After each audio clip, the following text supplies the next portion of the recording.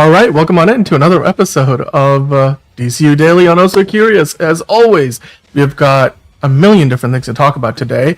It's going to be a fun show. We have to talk about, there's a bunch of stuff from Marvel. Apparently, Fantastic Four is doing some reshoots. Warner Brothers did their earnings call, and David Zaslav is really happy with where HBO is right now, saying it's the best it's ever been. We have to talk about some news regarding, there's a new pope in the Vatican, so we'll get into that, of course. And then there's a hint from Marvel that maybe Scarlet Witch isn't dead after all, so we'll talk about that. And on the DC front, of course, we have some new looks at Superman. There's a Dairy Queen Superman collaboration. I know Liz would love that.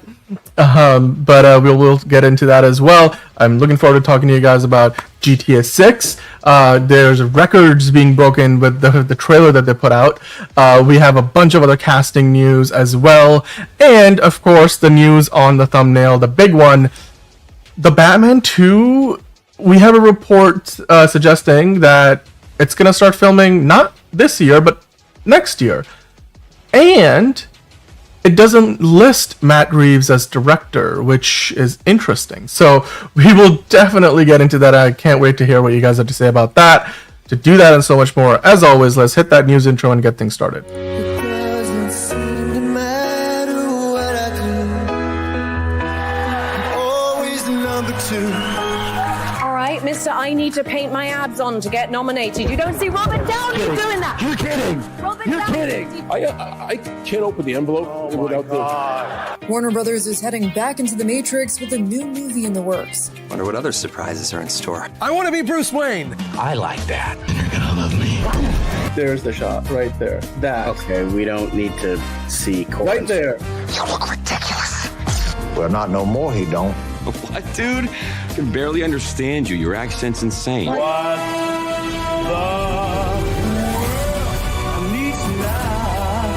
a hand up. Nope, I'm actually okay. Thank you very much. Oh, wow. Wow.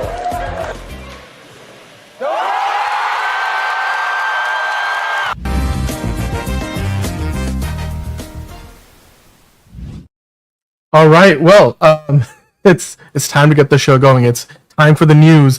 I, of course, am your host, Daniel. I do have some bad news, but it's not really terrible news, but, it depends on how you take it. John isn't feeling well today, so he's not with us. So, surprise, surprise, I am running the show solo, so you'll just hear my beautiful, sultry voice the rest of the way. But I can't wait to get your comments in, so we're going to have a lot of conversation because we've already got a few things in. Monique was saying hello, saying, hope you are having a wonderful day. Have made homemade teriyaki sauce and teriyaki chicken with hibachi noodles for dinner. Wow, that is delicious. Now my mouth is watering because I'm like, I would love to have that. The only time I get that is when I order that from a hibachi place. So there we go. Caleb already in the chat saying, breaking news, Batman Part 2 does exist. Well, we will talk about that. That's in the DCU news part of the show later on. Of course, if you are here, hit the like button. I know a bunch of you already have. Hugo Millie's in the chat. Hello, Hugo. We had a question the other day. I think that came in from Monique. Was it? I saved it, and I will, bring that in because I think there was a comment I wanted to get into. We have a Q&A session tomorrow on the show, but there was a comment about the Bond director, James Bond, so we'll talk about that as well. I just want to check in with the chat. Who else is here? Caleb saying, imagine if it took all that time for Matt Reeves to write that script, all those years for him to not to direct? Amazing. Well, we will find out whether that's true or not. So, let's get the show started with some news, all right? So since, it's only me, I'm guessing we're going to get through things a little bit faster. No rants from John, but maybe I'll have a few rants of my own. I get to actually provide some commentary rather than just asking John questions and then letting him go downhill with his takes. So let's, start off with the first thing. Of course, I mentioned at the beginning of the show, Warner Brothers had their earnings call. Like, we talked about Disney doing theirs yesterday. Warner Brothers and Paramount did theirs today. And just to kind of summarize, the events, of course, David Zaslav, the CEO of these companies, will always kind of lead these calls. They're not the only ones that speak at these, earnings kind of like meetings and stuff with the shareholders, but they are like the big, closers, and they usually kind of give you a high-level overview of how things are going. Warner Brothers Discovery has, of course, as you see in the headline, added 5.3 million new subscribers to their streaming service, which is, of course, Max. And that's a good change because last time out, when they did this call, the previous quarter, they actually had losses. So that's a good update. But they did say that, the studios, part of their business, aka the movies releasing into movie theaters and on streaming, Warner Brothers Pictures, DC Studios is pretty new right now, but New Line Cinema, for example, even Warner Brothers Animation, which went through a huge, reorganization, those were slow. But that makes sense. I don't believe the Sinners and the Minecraft success is quite part of what they're reporting right now, so that will come the next time to do an earnings call. But obviously, things have picked up since for them. Now, the other thing that I thought was interesting, and you guys let me know what you think about this, because of course we have been seeing this with Disney Plus. Netflix started things off. Max, of course, now is also going to get in on the action, saying that this is from the Warner Brothers streaming chief. One of the other people on that call, he said, "Hey, we're going to be more assertive around password sharing this year. So if you share a password for your Max subscription, then you may have to either create like an extra profile or pay up, or I don't know, the other person might need to get their own." So there you go. Caleb is happy to replace Sean. Well, Caleb, if you really are, then I will send you the link to the show, and you're welcome to join. Do let me know if you're serious about that. We will have a conversation, of course. Now, in the meantime, of course, David Zaslav also said that now this is, I'm going to give you guys some context. Warner Brothers Discovery, for the last little while, they've been internally reorganizing. So as a company, they basically divided themselves in two parts. One, which is for all of their linear television networks, so they have TNT, True TV, TBS, and a bunch of other networks, right? That they're all part of the company, and they have programming like the NBA, which won't have in a few months' time, but they have other like TV shows and AEW wrestling and stuff like that.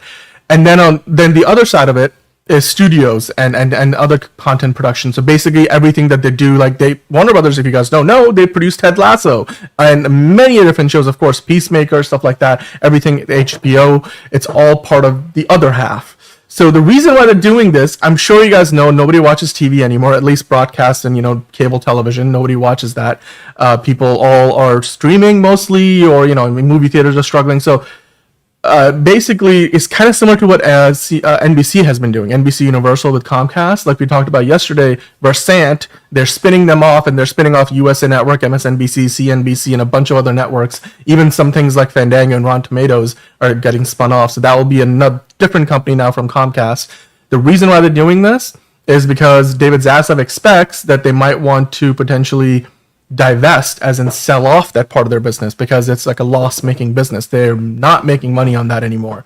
It's not a profitable part of the business. It's something that if they had an opportunity, they'll either spin it off or just get rid of it completely by selling it to somebody else. Versant CEO did say that, once they're up and running, they might be in the acquisition game. So maybe that Versant company that has all those USA Network and Sci-Fi and all those will buy like TNT and True TV and blah, blah, blah. So, but in the meantime, it gives the company more flexibility to restructure, which is okay, cool. On the business front, I guess for us as viewers, we won't really feel the difference outside of the kind of programming, like when the CW changed hands recently. No more Arrowverse. They're doing completely different kind of programming. Now they have NXT, like wrestling on there, and a bunch of the reality shows. That kind of thing will happen if they were to sell off all the networks.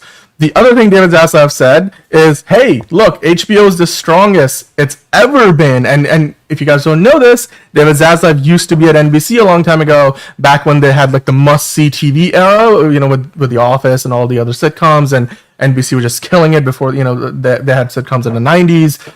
And well, he said that HBO right now is doing about as good as that NBC era was, saying that, hey, what we got now is these community experiences, like The Last of Us. Like everybody was talking about The Last of Us episode 2 of season 2, and you have, of course, other shows like The House of the Dragon. There's another Game of Thrones spinoff coming out, Peacemaker, which is really a Max thing, but they'll probably have it on HBO eventually. The Penguin was an HBO show. Lanterns is an HBO show, and these are like cultural events, and they're not like putting out all 8 episodes at once. They're giving it to you week by week. And David Zaslav seems to think that's the strategy for creating stars, which I'm like, I agree with that. Like, it keeps things in the conversation a lot more, right? So, Enterprising saying, I am here, fools. Well, hello, Enterprising. How are you doing today?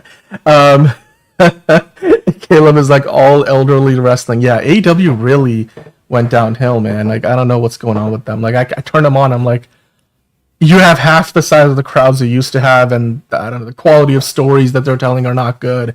And then you watch WWE, and it's like night and day. I'm like, it's just way more enjoyable. I mean, I don't have time for either, quite frankly. I just kind of like weave in and out, but if I had to pick right now, I would pick the WWE. As a wrestling fan, that is.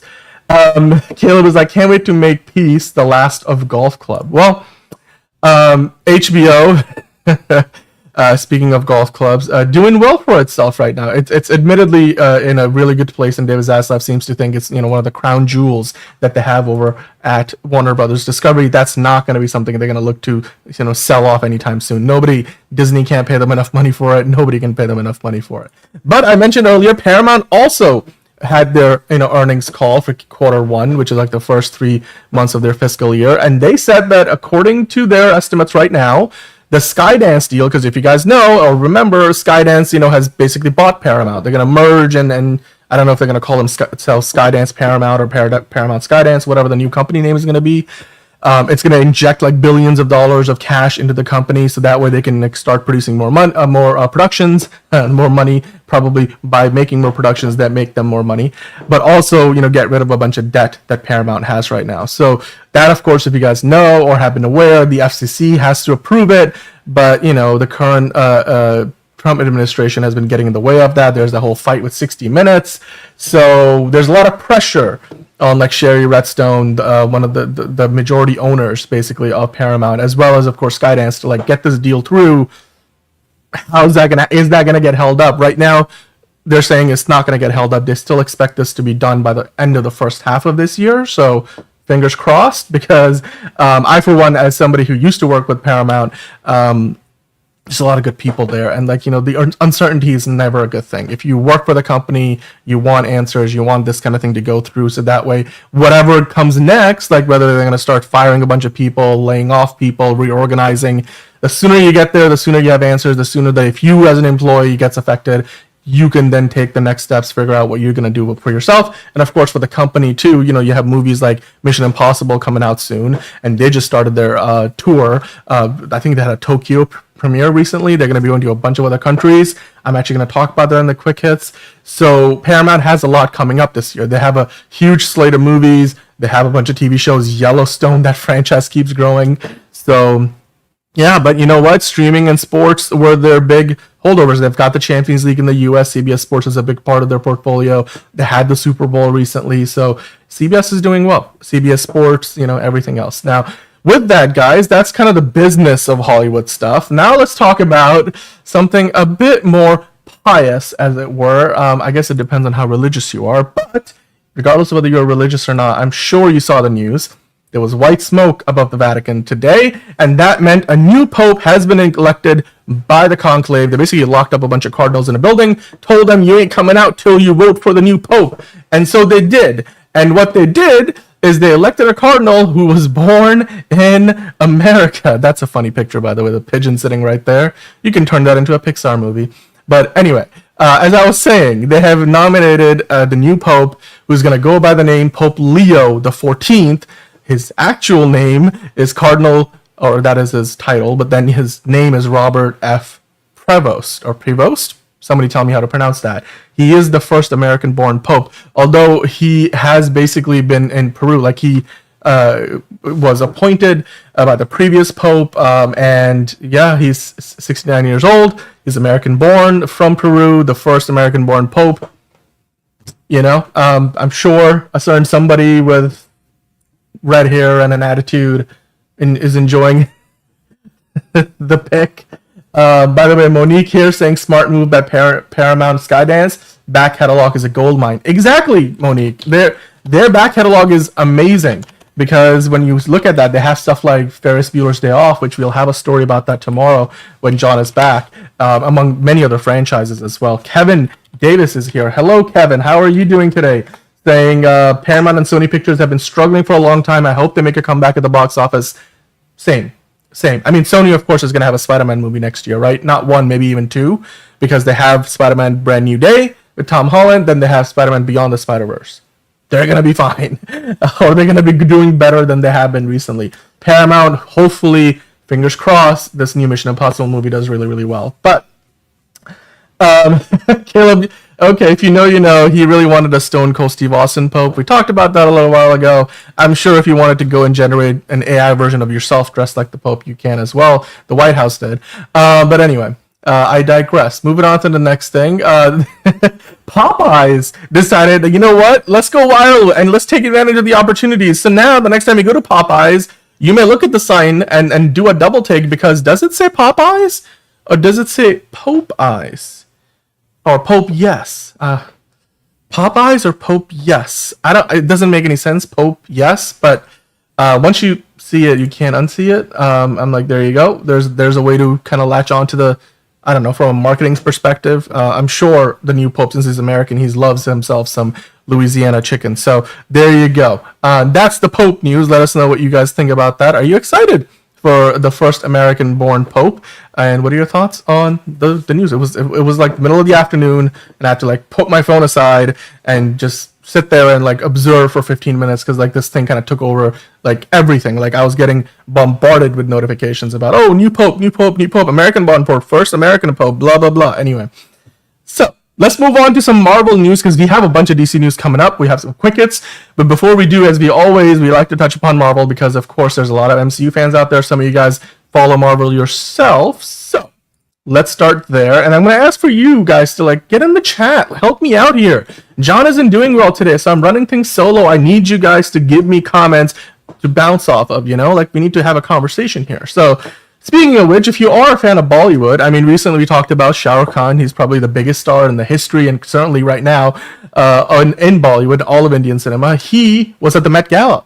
He said he did it for his kids, and there's a rumor out there that he might be looking, or might be in talks, potentially, to join the MCU. I don't know if you know this actor well enough, but if you do, is there a particular show or movie that you would like to see him in the MCU already? In the Marvels, as you see one of the comments there to the post, they actually talk about this actor because a bunch of his movies, because like Iman Vellani in real life and her character Kamala Khan she's a fan of SRK movies. So I guess his real life persona exists in the MCU. So if he were to become a character, then there's something meta about that. So I don't know. That'll be interesting. Enterprising, by the way, saying, y'all know years ago, the idea of an American-born Pope would have intrigued me. Now it fills me with uncertainty. Yeah, I agree with you there, Enterprising. That definitely is true. And Monique, you know what? Who doesn't love Popeyes? I will say, though, I've had some really bad experiences with Popeyes. So depending on where you go, not every Popeye is the same. I've had some diarrhea and some food poisoning, but there's also been good moments. So it just depends on what you're getting, and also just watch your spice level. It is Louisiana chicken. So anyway, Indian actor Shah Rukh Khan expected to potentially be joining the MCU. Are you guys intrigued? Which of the roles that are open right now, maybe one of the X-Men roles potentially he could take on? He's not a terribly big person, like in terms of stature. I think he's like under 6 feet tall, if I remember correctly. So I don't know. Maybe he can play the new Wolverine. It would be comic accurate at least. So, but hey, speaking of old characters coming anew, Wesley Snipes' Blade trilogy writer David S. Goyer. So the man did a bunch of Blade already in the past. He was the one who wrote Man of Steel. He's been working on the show Foundation on Apple TV Plus, which he used to be the showrunner on. Now he's not, but he was there for the first couple of seasons. He's plenty busy, obviously, but recently he was talking about like, hey, I'm sitting on the sidelines wondering what in the world is going on with this Blade franchise. Why is it taking so long? Because I'm a huge Marvel fan myself, and obviously because he worked on Blade before. So the suggestion here is he is interested, he's expressed an interest in writing a Blade film. Of course, like I said, he's previously written the Wesley Snipes Blade movies.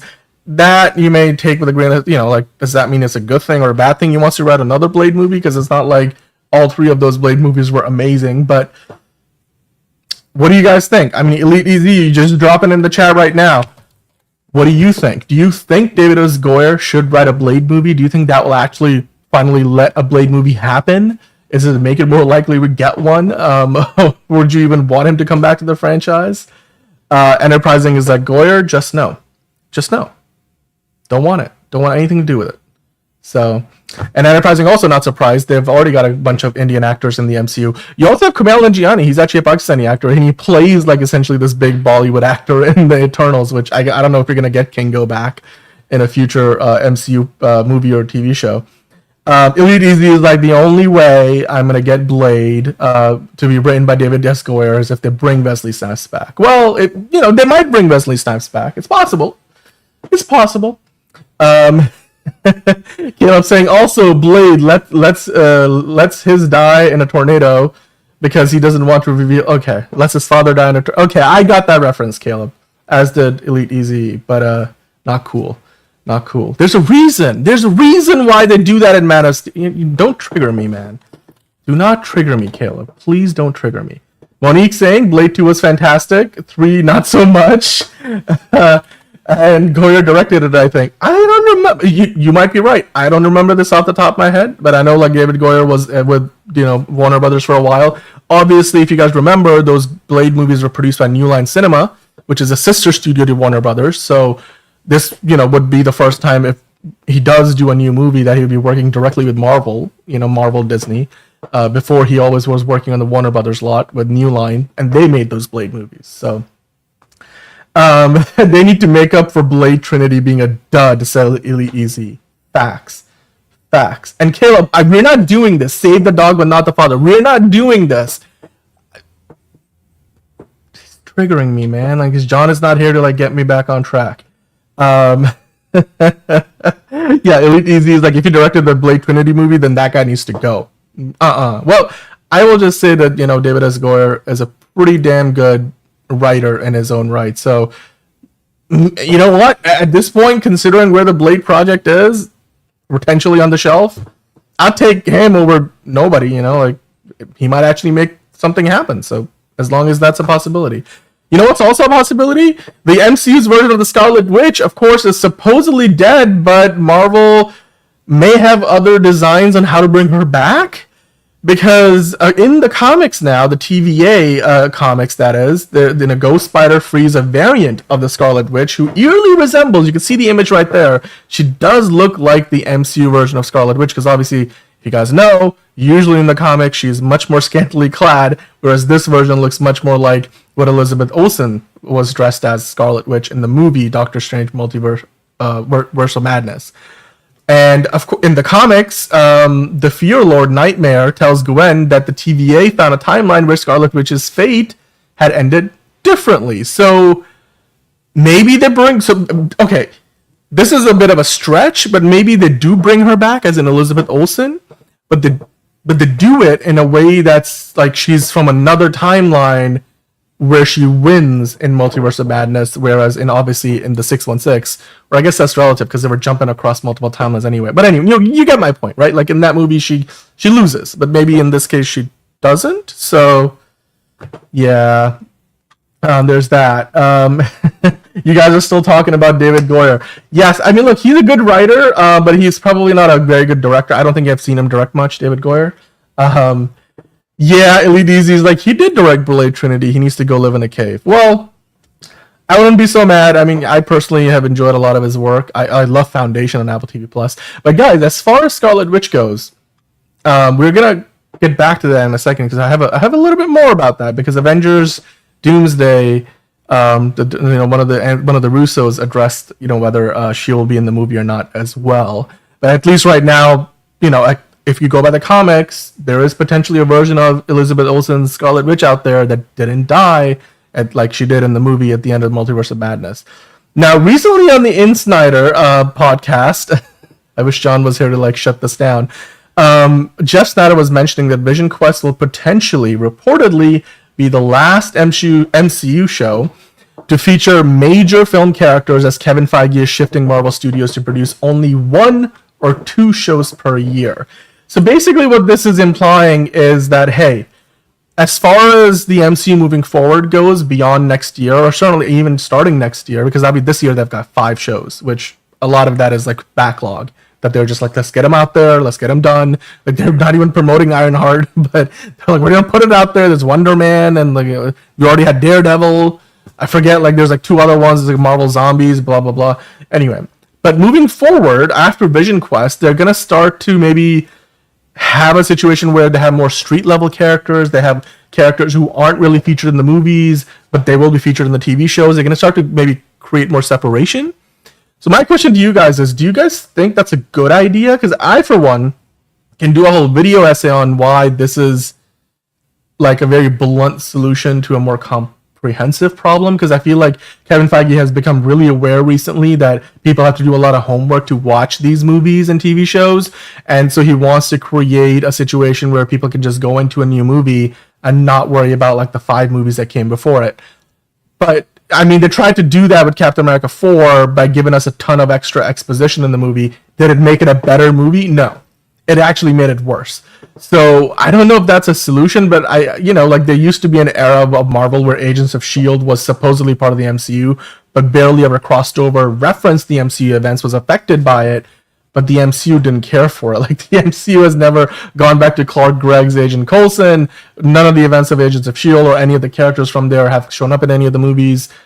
Maybe that's where they're headed back. I don't know. Morkatna is here, by the way. Hello, Morkatna. How are you doing today? Just letting you know, John was not feeling well today, so it's just me and you guys, and we're having fun. Caleb is... Oh my god. Okay, you know what, Caleb? I will put that up on the screen because you're asking the good folks to hit that like button, but I do not agree with the sentiment of the second half of your comment. But it's okay. It's alright. Agents of S.H.I.E.L.D. is like that child the MCU doesn't want. Yeah, you know what? Okay, you guys let me know in the chat. Did you watch Agents of S.H.I.E.L.D.? Did you watch it all the way through? Were you a fan of Agents of S.H.I.E.L.D.? I personally was a fan. I thought it was a good show. It had its moments. It wasn't always great, but it was, I think overall its batting average was a lot better than the Arrowverse, where things always went sideways so fast. And it had a bigger budget. It was an ABC, so it was a broadcast network, show, and I kind of like teared up when they had the finale. I miss Agents of S.H.I.E.L.D. actually, because I love, Clark Gregg's Agent Coulson. I love the rest of the cast. Ming-Na Wen, of course, was in there. I forgot, Chloe Bennett was one of the lead characters. The whole cast, like I missed them. Actually, Adrian Palicki was in there for a couple of seasons. A few other people I've seen in newer shows, like The Agency. Like I saw one of the guys, he was in there too. I miss Agents of S.H.I.E.L.D. actually. Enterprising saying Vision Quest being potentially the last wouldn't bother me. Well, it's not the last MCU show. It's the last potential MCU show to feature movie characters, because obviously Vision is a MCU movie character. Like Scarlet Witch was a movie character, and she got like her own TV show, WandaVision. So moving forward, or like you were not going to get Falcon the Winter Soldier because they're 2 Avengers characters. We're probably going to get more Daredevil, but Daredevil doesn't really show up in the movies. So like there's that. I think that's what they're trying to go for more. Which would be a little disappointing because I'm like, that makes these shows less prestigious, because on one hand, you've got DC doing lanterns, like freaking Green Lanterns, and then you have Peacemaker. He's going to show up in the movies. He already did. And then like Marvel's like, we're just going to have characters you only see on TV shows. I'm like, okay, doesn't quite motivate me to watch those shows, especially because if I know that those shows don't connect to the movies, then do I really care about the shows? So it's kind of like they're kind of cutting off their own arm in a way. I don't know, like whatever the analogy you guys want to use. But Monique has a good comment. Daredevil shoehorned again. Yeah. I thought the new Daredevil season was pretty okay. And the second one is coming out next year, really fast. Monique saying after Endgame, people were less engaged, them pushing Disney Plus so hard instead of theatrical releases with the vet Nell. Yeah, I think they also in general just put out way too much. And obviously like this year I think is an example of that, because they're trying to put out 5 shows. Like you can't do 5 shows in 1 year. Like they're not even advertising Ironheart at all. Like the reason why we know that Ironheart even exists is because some people online are talking about it, and they're only doing it because they're like, oh well, we gotta talk about it because Disney sure is not. They also did the same thing with Echo. Nobody remembers that show even existed.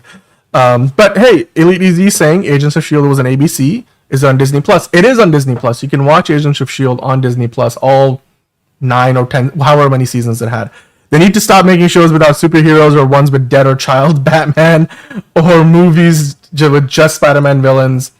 If it ain't Penguin quality or better, then F it. So, yeah. No, I agree with you guys. I mean, Elite Easy makes a really good point. What do you guys think? Do you think that the level of quality that we... Because look, Daredevil Born Again, I think it has set a good bar, right? WandaVision was amazing. Miss Marvel, I love that show. But by and large, everything else that the MCU has put out in terms of TV shows on Disney Plus, more or less, either don't stick the landing, suck from the beginning, like Moon Knight didn't stick the landing. Falcon and the Winter Soldier, very up and down. And obviously you have US Agent now in a movie, but I guess people remember him enough to be like, oh, who is that guy? I mean, he also helps this Wyatt Russell, who people are generally aware of. But anyway, the point is, the quality has to be there. If it ain't as good as the Penguin, then we don't want it. I think that's a good bar, Elite Easy. I'm sure you guys would agree with that. Caleb saying after Endgame ended, people were hyped as heck, but MCU got too confident and overdid themselves. I think so too. I think they overreached. They went for the whole quantity over quality problem.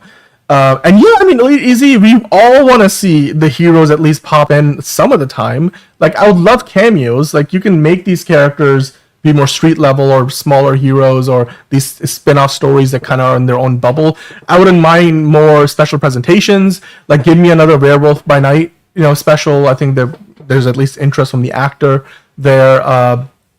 Also, the Punisher special that they're working on would be great.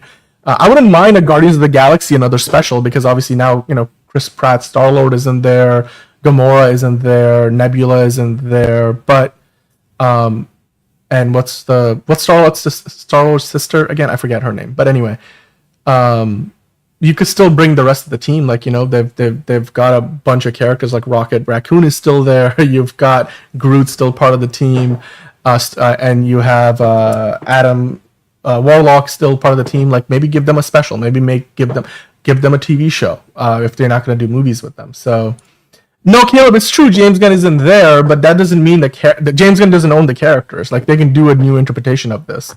But there have been way too many shows. Monique saying I rewatched Wolverine Origins today, and it isn't the greatest, but the storytelling is so solid that it was like 2010 or something. Yes, that movie was amazing till the final fight.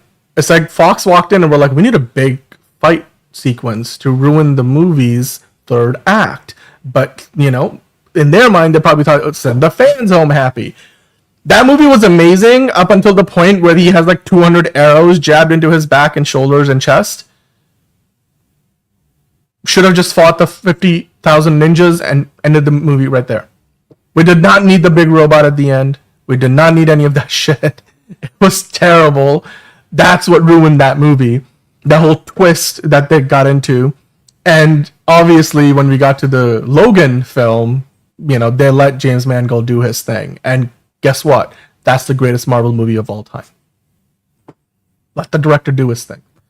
But yeah, I mean, Guardians getting a show would be nice. And it would prevent some comparison because it's a different team. And they clearly don't plan on giving them a whole trilogy. But you could make them a Disney Plus thing. I mean, it will be expensive because you have a bunch of characters that are entirely CGI. I don't know if Bradley Cooper and Vin Diesel want to be voicing something for Disney Plus, but like, I'm sure they can still do it. Bill Poulter is also pretty busy these days. So, yeah, I mean, Caleb is like, just leave them alone, which is like, fair enough. That's another one. That's another way to go about it, I suppose. But, yeah, well, we have a bunch of other Marvel news, so let's kind of go through this a little more rapid fire, but Marvel Studios has revealed a first look at Phase 5's final villain costume details. This is a very misleading headline because they're not really talking about like Doomsday or anything, but they're talking about Phase 5 because if you guys know or remember, Fantastic Four kicks off Phase 6, so Doomsday isn't even part of the picture in Phase 5. What they mean by that here is that Anthony Ramos and Ironheart, who's playing the Hood, or Parker Robbins, his alter ego, his costume is now basically leaked online through these behind-the-scenes photos. He's going to be basically in the last MCU project. That's Ironheart, which is going to be part of Phase 5, because after that, Fantastic Four comes out. There you go. You've got the costume, the first look at it, and it's from Empire. Cool, tight, whatever. Disney doesn't care about this movie or TV show, so like, why should we? But I'll watch it. I'll give it a shot. Maybe you guys will too. This is funny. I thought this was amazing. Disney's like just going from one thing to the next very organically. Like they first had the poster with the cereal box for Thunderbolts, and they overran it with the new Avengers logo, and now they've changed it up with Stitch popping out of it, which is probably the most fun version of this whole billboard in Los Angeles. Like, what do you guys think about this? Is amazing. I love it. This is the kind of viral marketing that I actually enjoy, where it seems authentic, and you know what? It's genius, as the post says here. Give me more Lilo and Stitch. That movie's gonna make billions of dollars. It's gonna make like 150 in its opening weekend alone. So, yeah, I like it. Yeah, I'm sure. Monique saying Lilo and Stitch, Disney's printing press movie. Yes, I mean that's literally what it is. It's gonna make $1 billion like in its sleep. Disney knows that. Bob Iger knows it. He talked about it yesterday. No John today, Steven, but hello to you, Steven. John is not feeling well, so I had to kind of go solo. There's a ton of news, so I did not want to leave you guys hanging. We will have a conversation, so, get in the chat, hit me up with your questions, comments, and your fan theories. We are going to talk about them, and that way we can have a fun show. We have already, had a fun show so far. Now, one thing that we recently found out on the red carpet for the new Avengers, aka Thunderbolts, was the Sarah Haley Finn, who's, of course, the big casting director that's been casting all of these MCU movies from the beginning. Apparently, she mentioned that Lewis Pullman, who's now playing Bob, aka Sentry, aka the Void, in the MCU, he originally auditioned for the Ned Leeds role in the Spider-Man movies. I was surprised, but I'm like, I can kind of see it. I mean, because Lewis Pullman isn't exactly very old. Like, he's probably was around the same age, and for the role back when they were doing the first Spider-Man movie. So cool. That works. Elite Easy, thank you for letting me know that my mic is peaking a little bit. Let me adjust my levels. I will fix that. Let me know if that's any better. I was having some audio issues yesterday with another show, so yeah. Don't know if they would do 45-minute shows without James Gunn. Elite Easy. Good point. Good point on that previous thing we were talking about. But yeah, let's move on to the next thing, shall we? I was surprised by that. I'm sure you guys were too. I did not think Lewis Pullman had auditioned for that role. But the next phase of the MCU is the Mutant Saga. And of course, there's not just been rumors, but we have had news within the past year that they have been working on a script for a new X-Men movie that is going to introduce all of the MCU version of the mainline characters. But you've got Storm, probably Jean Grey, Cyclops. Whether we're going to get a new Wolverine or not, we will figure that out. They're going to have Rogue. I'm sure they're going to have a new Professor X, a new Magneto, all of the Mystique. All the big characters, a new Beast, and well, the director of Thunderbolts, aka the new Avengers, Jake Schreier, is now circling the project, and the project already has a script, and of course Kevin Feige is producing. The script was written by Michael Leslie, so they've been working on this for a while. There's been rumors about who they might not cast for the project. Like, we were thinking maybe Sadie Sink could be Jean Grey, but now she's going to be in Spider-Man Brand New Day. That doesn't mean she can't be Jean Grey, but I'm just saying. Do you think Jake Schreier would make a good director? He's already directed Thunderbolts. It's a big team-up movie, so he's kind of played in that sandbox already now. So, and obviously that movie's doing well. Kevin Feige probably trusts him. Do you think this is a good move, potentially, if they do go in this direction? It's very interesting to me, if they were to go this way, because Jake Schreier hasn't had a huge resume, but obviously with Marvel, he's done a pretty big project, so Kevin Feige has a knack for trusting these, up-and-coming directors with bigger projects. That's how James Gunn got to direct a whole Guardians trilogy, because he hadn't done much big stuff before that. The Russo brothers were directing television before the Avengers, before Captain America, the Winter Soldier. So it's not surprising. Does he actually get up and for the job and land it? We'll figure that out. I don't know if he's a favorite. I don't know who else you might want to consider. I mean, I'm sure they're not going to ever bring Bryan Singer in. And whoever, I forgot the name of the guy who directed the last big X-Men movie with Fox. the one Dark Phoenix. Don't bring him in. He's busy doing other things, but that was his first movie, and that was terrible. Elite Easy saying, I hope Fox X-Men are in Deadpool 4. You know what? Ryan Reynolds, we talked about this a few days ago, actually. Ryan Reynolds, there was news that he is currently toying around with the idea of a fourth movie involving Deadpool, but not having it be a Deadpool solo film. It will be probably like some kind of X-Force team-up movie where Deadpool is one of the several X-Men characters, which I'm like, okay, you could still call it Deadpool 4. That's basically what Deadpool 2 was. You had Cable in there and a bunch of the other X-Men characters that they used to have. Deadpool and Wolverine obviously was a team-up-esque movie, or a buddy cop comedy, whatever, but yeah, I mean, maybe Deadpool will be a part of this. It will be interesting, but I don't think Deadpool is ever going to be truly part of the X-Men. He might be in an X-Men movie. I wouldn't mind seeing that. Yeah, I mean, Caleb, Russos were directing episodes of Community before Winter Soldier. By the way, Elite Easy, if you think my audio is still bad, let me know. I'll work on it. I don't want you guys to be hearing a bunch of peaking and weird crackling sounds. Enterprising saying Simon Kingberg. Oh, yeah. Yeah, dude, that guy. Okay, he's got a show. If you guys have Apple TV Plus, he is behind that show Invasion.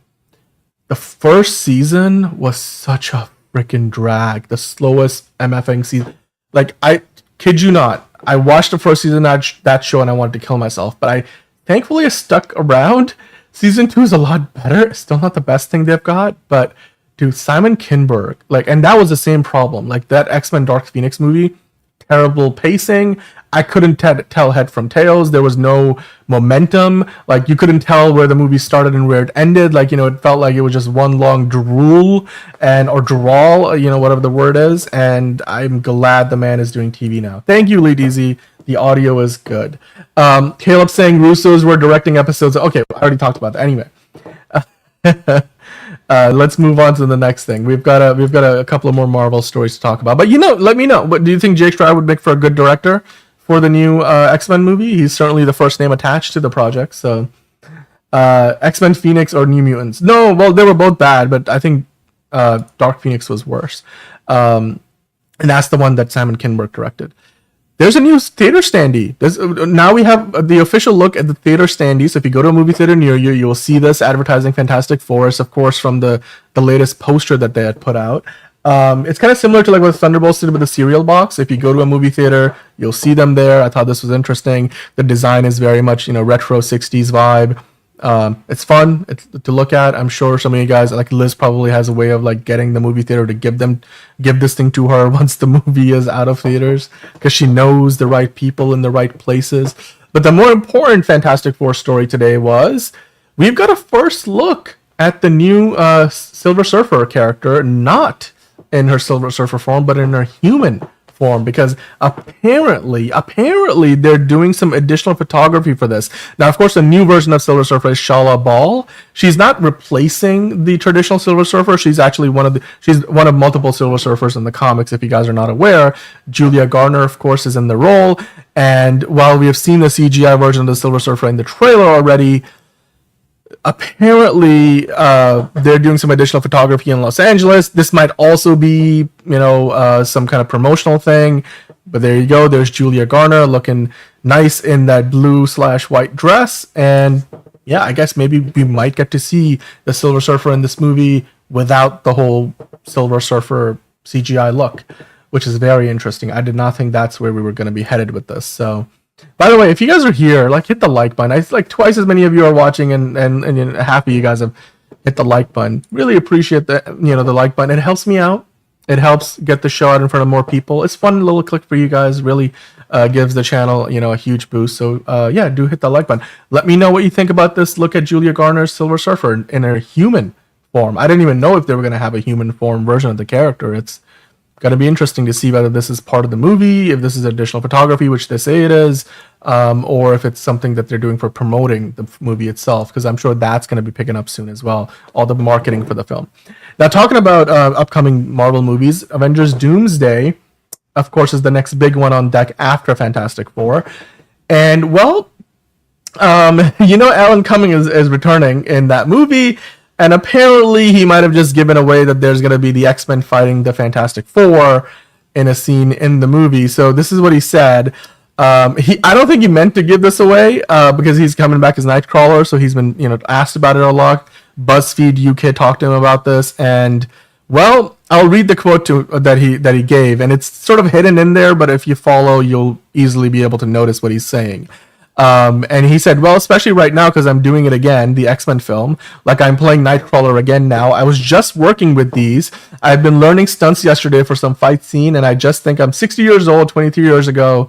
I played that superhero. I was kind of old for a superhero even then, and now I'm back doing it, and I just, that to me is hilarious. I'm sort of learning these fights. I'm like, who? Like, what, who am I fighting with? And they said, like, as in probably the stunt people, you're hitting Pedro Pascal against the head or something. It's just that I can't quite believe, especially because it was a long time ago, but actually that's quite a nice thing that I think about life and about as you get older, that things come back. And then he goes on to say they always do, and people come back, and it's actually really a nice thing about getting older. But the key part of this is he's going to be fighting Pedro Pascal as Mr. Fantastic? Okay. By the way, Enterprising appreciating Julia Garner in her human form. Yeah. I mean, that's what she looks like if you run into her on the street, too. So, yeah, and Monique Allen is 60 years old. It's been a long time. Like, there's been 25 years since he was in the first X-Men movie, so it's been a while. Enterprising also saying Peter and Johnny Storm are pretty good friends. I wonder if they'll explore that. Yeah, you know what? I'm not sure. Tom Holland doesn't look like he's in Doomsday, but he might be showing up in Secret Wars, so, like, they might strike up a friendship. And Caleb asking y'all to hit that like button. Do appreciate that. Yeah, clearly, Caleb, Tom Holland must have coughed in Alan Cummings' coffee, so that's what resulted in this spoiler being dropped randomly. Do you guys believe this is true? Do you think Nightcrawler will be fighting Pedro Pascal's, Mr. Fantastic in the movie? And if so, does that mean we're gonna get a big confrontation? Because obviously, the Fantastic Four come from a timeline that's not the sacred timeline, and then you have clearly the X-Men from the Fox universe. That's a different timeline. That's the one that I'm guessing like Wolverine ends up in, or Deadpool. Like, it's one of the timelines, the Fox timelines they're showcasing Deadpool and Wolverine. So, yeah, does that imply that there's an incursion on more than just two worlds in Doomsday? That'll be interesting. Nightcrawler versus Mr. Fantastic. That's quite the crossover. I mean, that's why everybody's gonna go watch Doomsday, because of those kind of crossovers. But anyway. The other thing that Avengers Doomsday director previously Alan Cumming, now we're talking about Avengers Doomsday's directors, the Russo brothers, specifically Joe Russo. He recently was on the red carpet promoting one of his projects, and he was asked while signing a bunch of autographs, like, hey, what's going on with Scarlet Witch, And he responded to the question of whether, Wanda's coming back to the Avengers movies by saying, simply, we shall see. We shall see. Now, of course, the guy's just like signing a bunch of autographs and he just says, we shall see. Great. I don't think you want to take that at face value and say, oh, the door is open now. But I mean, he didn't say no, right? He could have easily said no. He could have said yes. He said, we shall see. So I know we've kind of brought this up before, and I don't know how true this is, because Elizabeth Olsen has said it multiple times. She was there filming in the UK for another project. Now she's back in the US filming something else. She's going to be doing the new pilot for FX's Seven Sisters show. She's busy enough as is, and she said that, Marvel took up a big part of my life, and now I want to do other projects that are actually more in line with my sensibilities, as in like what she likes to be a part of, or like the kind of shows she enjoys watching in movies that she would watch herself versus doing Marvel. Her deal with Marvel is done, so there's no more appearances left on her contract. So as of now, she's a free person. Like, if Marvel wants to bring her back, they'll have to convince her, they'll have to give her a new deal. So, but Joe Russo's not denying that she might be back, and of course they're filming both Doomsday and Secret Wars back to back. So even if she's not back in Doomsday, she could still return in Secret Wars. But let me know what you guys think about that. Joe Russo not entirely denying the idea of her coming back in Doomsday. Now, the other news that had dropped today was Spider-Man related. Spider-Man Brand New Day, the fourth movie with Tom Holland, just had a new cast member join. You have Liza Colon-Zayas, who is of course famous from The Bear on Hulu, she is now joining the 4th installment of the Spider-Man franchise from Sony Pictures and Marvel Studios. The role that she's going to be playing, that's still a mystery. They're not putting that out there. Of course, we know that Tom Holland, Zendaya, and Sadie Sink are all in the movie. We don't know who Sadie Sink is playing. And now we have Liza in the show. We don't know who she is playing. But I was on the Direct earlier, and they put up a story which intrigued me because they were suggesting that this might mean Miles Morales is on the way to the MCU because they're thinking that Liza might be playing potentially, Miles's mom, which would make sense, like age-wise, the profile of the actress, like it would make sense.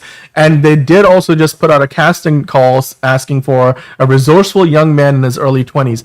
Now, you could say, like, okay, that could be somebody who is a classmate of Peter Parker.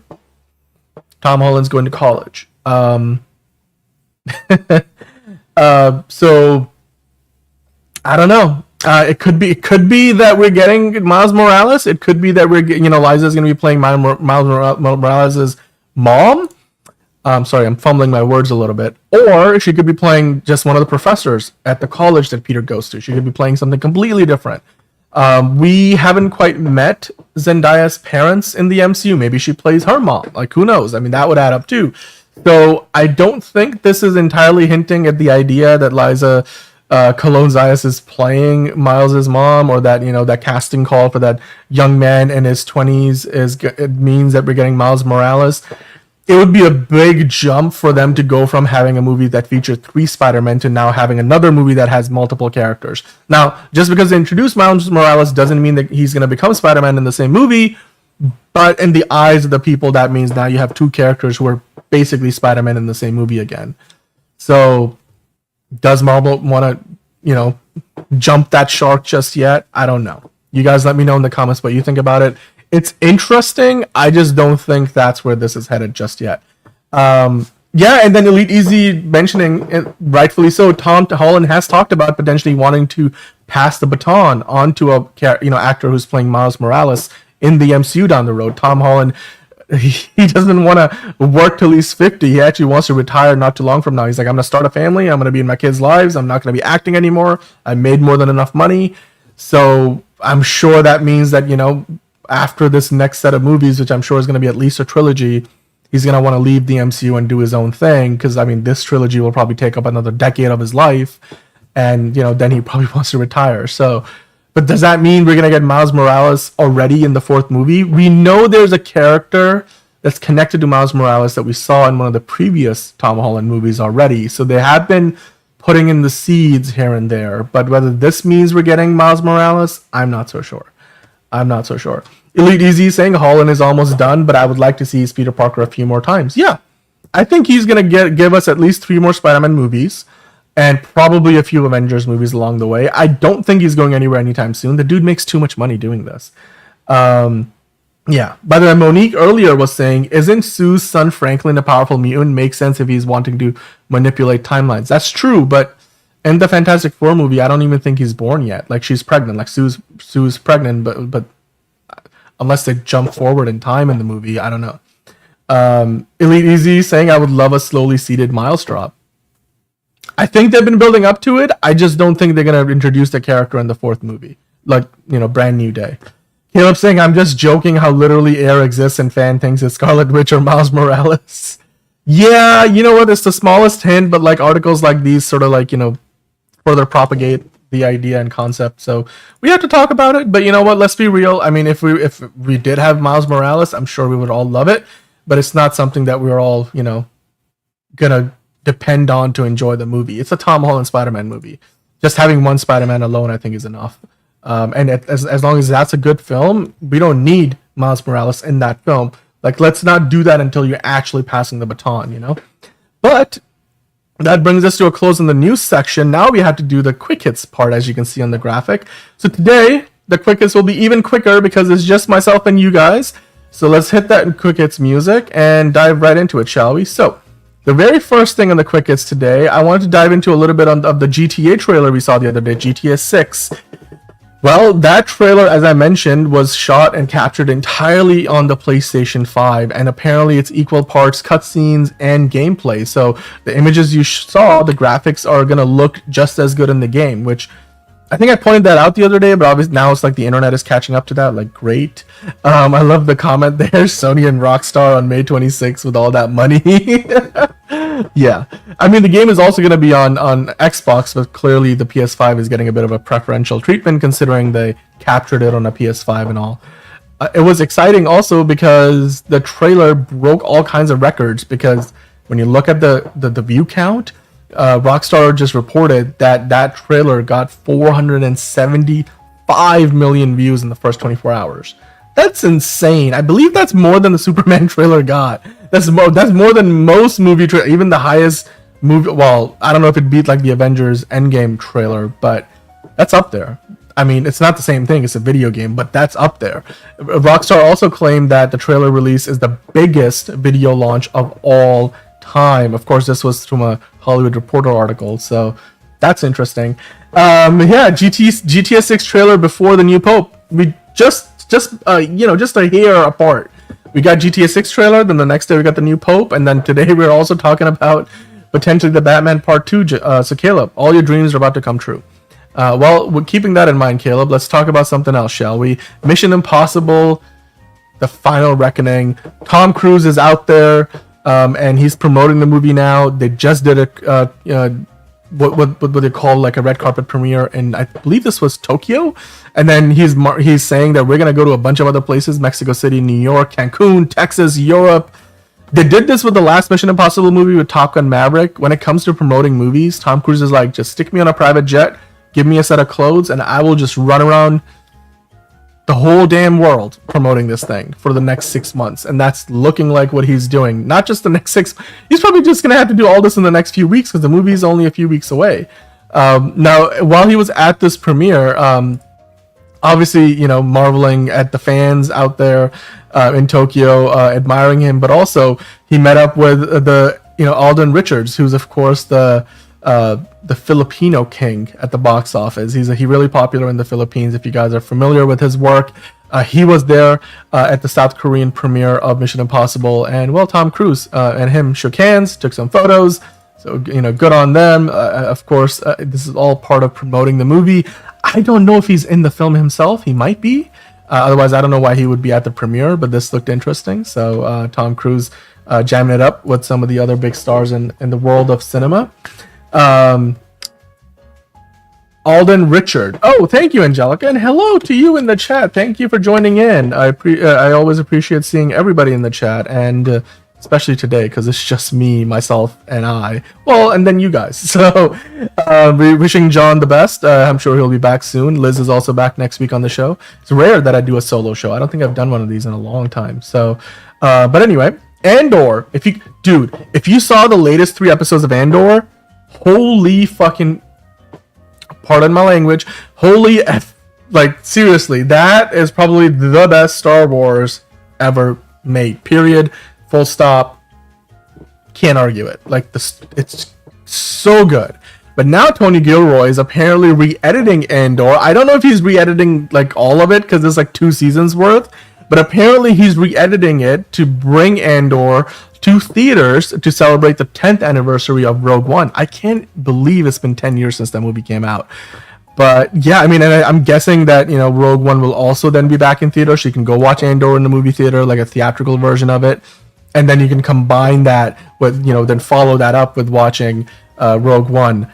There was a huge massacre in the last few episodes of this show. And holy shit, like there's some big twists and turns. If you guys are watching this show, this is the best thing Star Wars has ever done. No doubt. No doubt. Caleb, just you and I. Yes. Ignore everyone else. I can't do that. Like I love talking to Monique, Enterprising, Elite Easy, Angelica, everybody else, more Katna. You guys are all here in the chat as well. Monique saying Tom's Mission Impossible pressers are epic.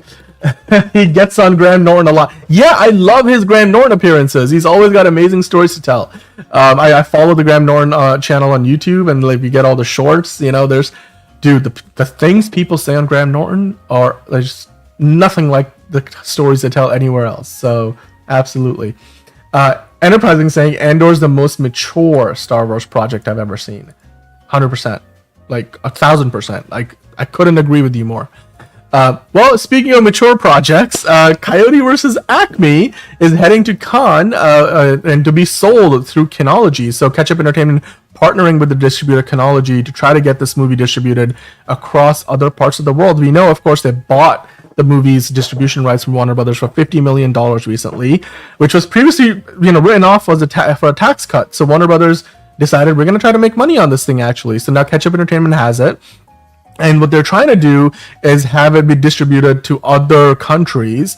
And what they are doing to kind of promote it is they're not just saying that it's a family film. They're like, we're not just bringing a family film to Cannes. We're bringing a global event. It's a true 4-quadrant crowd pleaser. The performances are sublime, the world building is extraordinary, and Dave Green has delivered something visually inventive and emotionally satisfying that honors the Looney Tunes legacy while launching it into a whole new dimension. With Chris DiFaria and James Gunn guiding the production, this film has the pedigree, power, and playability to travel as in other parts of the world. Gregoire's passion and vision for the international rollout are exactly what this film deserves, and we are thrilled to partner with him for the global stage. Now, of course, the reason why they're doing this is because if it was being released by Warner Brothers, they have their whole in-house infrastructure for distributing the movie worldwide, but Ketchup Entertainment isn't that big. So what they need is somebody to help them, distribute the movie in other parts of the world. So at the Cannes Film Festival, they're gonna be looking for other distributors to do this. And like you guys in the chat, I am just rooting the heck out of this movie because I want to see it. I want to go watch it multiple times. I want to support this film because this is one of those movies that I did not think deserved to be killed for a tax cut, but I'm glad that it's back in our good graces. Enterprising is rooting for the movie. Angelica saying, guys, I think we have a Barbenheimer this May 23rd. Mission Impossible, Lilo and Stitch. Yes, we talked about that a few days ago, and we're going to get into it in more detail next week because when we look ahead to the Memorial Day weekend, Lilo and Stitch and Mission Impossible are so far looking like they're going to allow for the biggest box office weekend on Memorial Day holiday weekend ever. Like, the numbers are going to be bigger than any Memorial Day at the box office in the past because Lilo and Stitch is set to make like 130 million, probably more, and Mission Impossible is looking to make somewhere in the 80 million, which would be the record for that franchise. And if it crosses beyond that, I mean, could it hit 100? Just those two movies alone. You still have Sinners in theaters, Minecraft, and what am I forgetting right now? You're gonna have Final Destinations in there as well by that time. There's just a bunch of big movies out there playing. Of course, Thunderbolts, the new Avengers is out there as well. So a lot of different. Yes, and then Elite EZ, James Gunn did write the Coyote and Act. He's got a writing credit. I don't think he wrote the script, but he wrote like the treatment for it. So yeah. Stitch Impossible. Stitch Impossible. That's actually the best version of that name that you guys let me know. What's how do we do Lilo and Stitch times Mission Impossible? Is it Mission Stitch Impossible? That almost sounds like Kim Possible. Stitch Impossible though is a good one. I like that one. That's a good one. I'll keep that. I'm sure that's gonna make it onto the thumbnail for that week's review show. But anyway, moving on to the next thing, I'm sure you guys, at least some of you, might be fans of Fallout. Season 2 of Fallout is now wrapped production. I said that weird. Fallout 2 is wrapped production. Walter Goggins posted, taking off all of his prosthetics makeup, so it looks like Season 2 is now moving into post-production. Are you guys excited about it? The first season was very well received. It's going to be on Amazon Prime. I'm looking forward to the second season. You guys let me know what you think about it. Yellowstone is getting a new spin-off with Luke Grimes returning at Casey Dutton. It's been ordered to series at CBS. So this one is not going to be on Paramount Plus. It's not going to be on the Paramount Network. It's going straight to big CBS, a new Yellowstone spin-off series starring Luke Grimes. It's it was first reported to be in the works in March. We talked about it. They've given it a 13 episode order, so it's not just gonna be like 8 episodes, and they're trying to film this summer. So they're looking to launch it mid-season 2026. So I'm guessing that means it's gonna be airing in the summer on Sunday nights. So there you go. Another Yellowstone show, one of a million. They've also got that 1944, I think. So they're gonna have plenty more for you guys. Taylor Sheridan is plenty busy.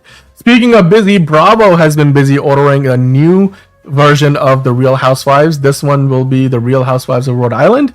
New Ladies of London and the Shahs of Sunset are also getting a reboot. I'm sure if you guys are a fan of reality television shows, then you're excited for all of that.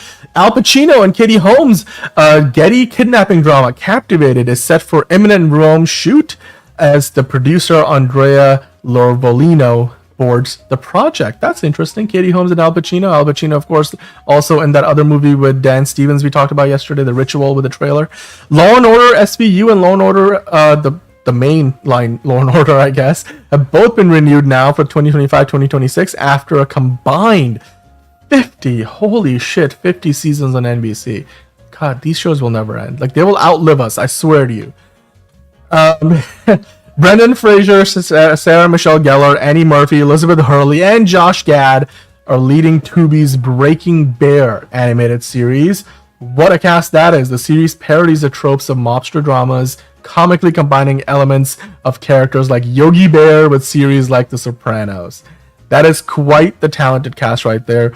You see Elizabeth Hurley on the screen. There's Josh Gad. Of course, you have Sarah Michelle Gellar, Annie Murphy, Brendan Fraser. That's a really packed cast. So, and then, of course, one of my favorite actresses from the last few years, because I actually personally love Star Trek, not Enterprise. I do like Star Trek Enterprise, but I also love Star Trek Discovery. And she was in that show for like a good 5 seasons. And Sonequa Martin Green is now boarded CBS's Boston Blue series. So I'm guessing this is like NYPD Blue, but except it's in Boston. They should have just called it Boston Green, but that will be a totally different kind of show. Donnie Wahlberg is going to be starring opposite her. That looks interesting. So Sonequa Martin Green going from a sci-fi show to a legal procedural. Like, all right, go figure. Hugo Millie saying Peek Out 2. What are you talking about? Enterprising really liked Fallout. Damn, Caleb. I did not know Walter Goggins in Fallout looked like your dad with the makeup. That's crazy. Figure Drawing is here. Hello, Figure Drawing. How are you doing today? Letting you know John is not feeling good today. He's out sick. So it's just me, myself, and yourself, and everybody in the chat. Yeah, Sonequa Martin Green is beautiful, and she was amazing in Star Trek Discovery. Thank you. My sensibilities in Star Trek basically means everything. I watch everything Star Trek. I treat it all equally. I'm looking forward to the new season of Strange New Worlds. I love The Next Generation. Probably the best Star Trek show ever. The original series I have both on like Blu-ray, both seasons on Blu-ray. I love it. Yeah, it's a no John special. Don't tell John. I won't tell John. I mean, I don't even know if he's up watching this. If he is, sorry, John. We're just making fun of you, so it's okay. You make fun of me all the time. I finally get to do a little bit of that in return. Star Trek hype, yes sir. There is a bunch more Star Trek. I'm looking forward to seeing what the Star Trek Starfleet Academy show does. I haven't seen Section 31 yet either, the Michelle Yeoh movie. People were saying it's not good, so I guess I'm gonna put my time towards Andor first and then go watch it. So I don't know. Anyway, I digress. Speaking of John Wick, though, we were talking about it yesterday. John Wick 5 is looking like a very different movie than the previous 4, according to the director Chad Stahelski. But of course, at CinemaCon, they announced a bunch of spin-offs, including Donnie Yen getting a couple projects, especially that spin-off movie that they teased with the post-credit sequence. So now we know that Rina Sawayama is set to reprise her role as Akira in Donnie Yen's John Wick spin-off Kane. That's the name of that spin-off movie. Lionsgate is launching sales for the movie at Cannes. So guys, she's back. Donnie Yen is back. We're getting the cast, and I can't wait for Kane. It's gonna be amazing. There's gonna be a ton of fight sequences. They're probably gonna have Keanu Reeves do a cameo.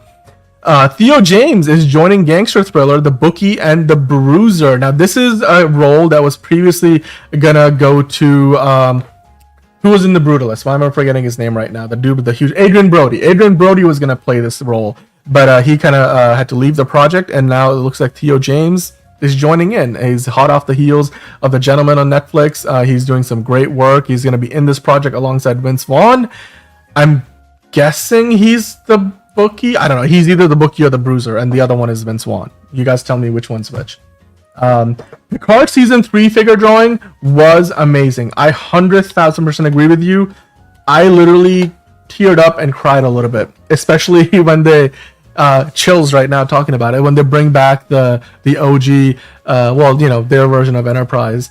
Yeah, that was a really lovely throwback, because it's like Star Trek The Next Generation. I can sit there, I can watch it the whole day, like put it on a marathon, and it feels like you're in a different world. It's really great escapist entertainment, but also amazing sci-fi.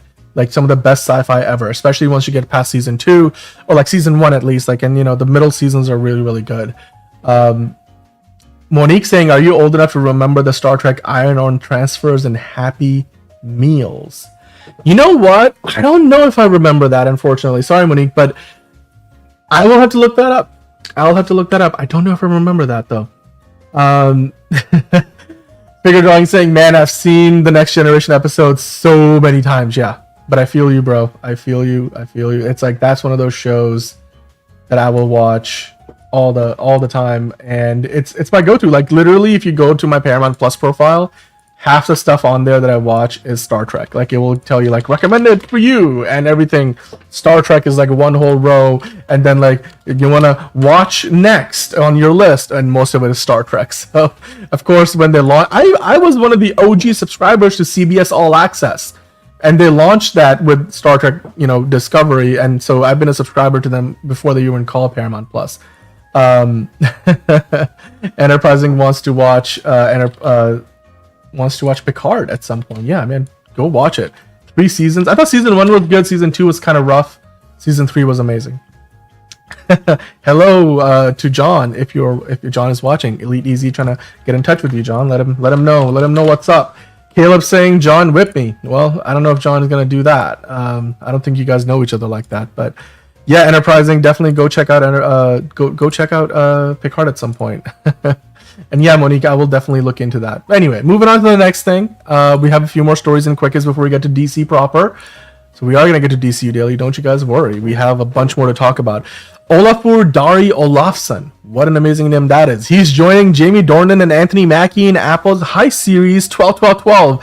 If you guys remember, we talked about this a while ago, that this was happening. Anthony Mackie and Jamie Dornan were a part of it. But now we've got, Olafur Dari Olafsson. Amazing name. I can't say it too many times. He's in Severance. I love it when Mr. Milchick tells him to devour feculence, aka eat shit. But he does a great job of being very unlikable, and I'm guessing he might be doing something similar in this new Apple TV Plus show, which again, obviously Severance is on Apple TV Plus, so from going from one to the next. I'm a sucker for heist TV shows, and when you got Anthony Mackie and Jamie Dornan in there, you know what? Give me right now. So I'm happy for this. Yes, Figure Drawing, that is perfect. He has a badass dad dwarf name. That is a perfect way to put it. Caleb is like, "I'm not Picarded." I don't know what that means, Caleb. It's metaphorical. Okay. Figure Drawing though, shouting out John. Shout out to John. I'm sure he appreciates all the love he's receiving here, and he will be back soon. Hopefully tomorrow, because he does not want to miss that Peacemaker trailer talk, because we're going to be talking about the teaser trailer tomorrow. We're looking ahead to it today, though. But before we get to that part of the show, Michael Sheen is set to star alongside Ava Longoria. Wow, what a pairing that is. In festive comedy, The 12 Days of Christmas, based on the James Patterson novel, protagonist is launching sales at Cannes. So another Cannes story. Michael Sheen and Ava Longoria did not think they'd be teaming together for something like this, but The 12 Days of Christmas. I'm sure this is going to be a Lifetime movie or something like that. We'll figure that out when it comes out. Sebastian Stan and Leo Woodall are set for Justin Kurzel's Burning Rainbow Farm. I think Leo Woodall was in that new show on Apple TV Plus where he's like a mathematician. Of course, Sebastian Stan does 20,000 movies a year. He's promoting the new Avengers, the artist formerly known as Thunderbolts right now. And yeah, the Leo Woodall also in The White Lotus. That's the more well-known show. They're both set to star in this new film from The Order's Justin Kurzel. So that's nice. That's a good one. I don't know if you guys care for this or if you guys know about this any more than I do. Just wanted to bring this up. But you know what? This one is a great story to wrap up Quick Hits on. But before I do, I want to see what else you guys are saying in the chat. Dan has a Dantism. Sorry. I'm trying to get through everything before we get to DC. So I have to, they're meant to be quick hits. Enterprising saying, "It's been a while since I've seen Eva in anything really." Yeah, same. I'm trying to remember what the last thing was. I keep thinking of like Too Fast, Too Furious, but that was Eva Mendes, not Eva Longoria. So, James Patterson, the crime novelist. Yes, that same James Patterson, Monique. He's also working on something with Mr. Beast. I think we talked about that a couple of days ago. So there you go. He's a busy man. Lord of the Rings, The Hunt for Gollum has now set a December 2027 release date. Warner Brothers has also given release dates to Evil Dead and M. Night Shyamalan movies for 2026. I'm going to pull this Instagram post up so we can talk about them individually. New Line and Sony have set that Evil Dead sequel with Sohaila Yaqub. That's quite the name. And it's going to be coming out on summer of 2026. And then, of course, the next one on the list is Lord of the Rings, The Hunt for Gollum, setting a pre-Christmas 2027 release. I'm sure the reason why they're doing that is because they probably have a new Avatar movie coming out that Christmas, so they're like, don't get in the way of Avatar. But we will still release it around maybe Thanksgiving time, I guess that probably means. So there you go. And then of course we have M. Night Shyamalan's romantic thriller Remain, and it's gonna have a fall 2026 release date via Warner Brothers. That one is starring Jake Gyllenhaal. I'm not very familiar with this, but you know what? M. Night, he's in his no twist era right now. Every movie he makes does not have a twist, which is the ultimate irony. So whatever, like that Batista movie, The Cabin in the Woods or whatever it was, I was like disappointed with that ending. But yeah, Angelica, he's doing a movie with Warner Brothers. I honestly, a few years ago, I thought that nobody would give M. Night money anymore. But he's made a few movies that have made a decent amount of money. He's not exactly, making billion-dollar films. So, yeah. Anyway. Caleb, really? Did you hear that? According to Caleb, they want to hire John for that Gollum movie. You know what? Good for John. I'm sure John will love that. Maybe that's why he's skipping the show today. He's probably just going to do some contract negotiations. So, yeah. Enterprising saying, goodness, how old will these actors be to do this in-between quill? I don't know. I do not know, Caleb. Angelica saying she thought that M. Night was exclusive to Universal. I don't think so. I don't think he's not been exclusive to Universal for a while. He's kind of moved around. He basically goes wherever they give him money to make a movie. He's not really like sitting in the Universal lot with an office. I don't think, at least, he is. Yeah, no twist era, and yeah, the Batista movie was May. Exactly. Yep, he's in his no twist. No, seriously though, like the last few movies, what was the one that he did with Josh Hartnett, which you would expect there to be a twist, but there wasn't a twist. He was like being roped in, like he was a serial killer. They were trying to capture him at a concert. It was lame. Old was fucking awful. What a no twist. What a twist, right? Enterprising. What a twist.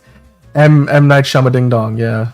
Sham Hammer. Trap. Thank you, Angelica. That was the name of that movie. And Trap was a trap to get you into a movie theater to watch a bad movie is what that was.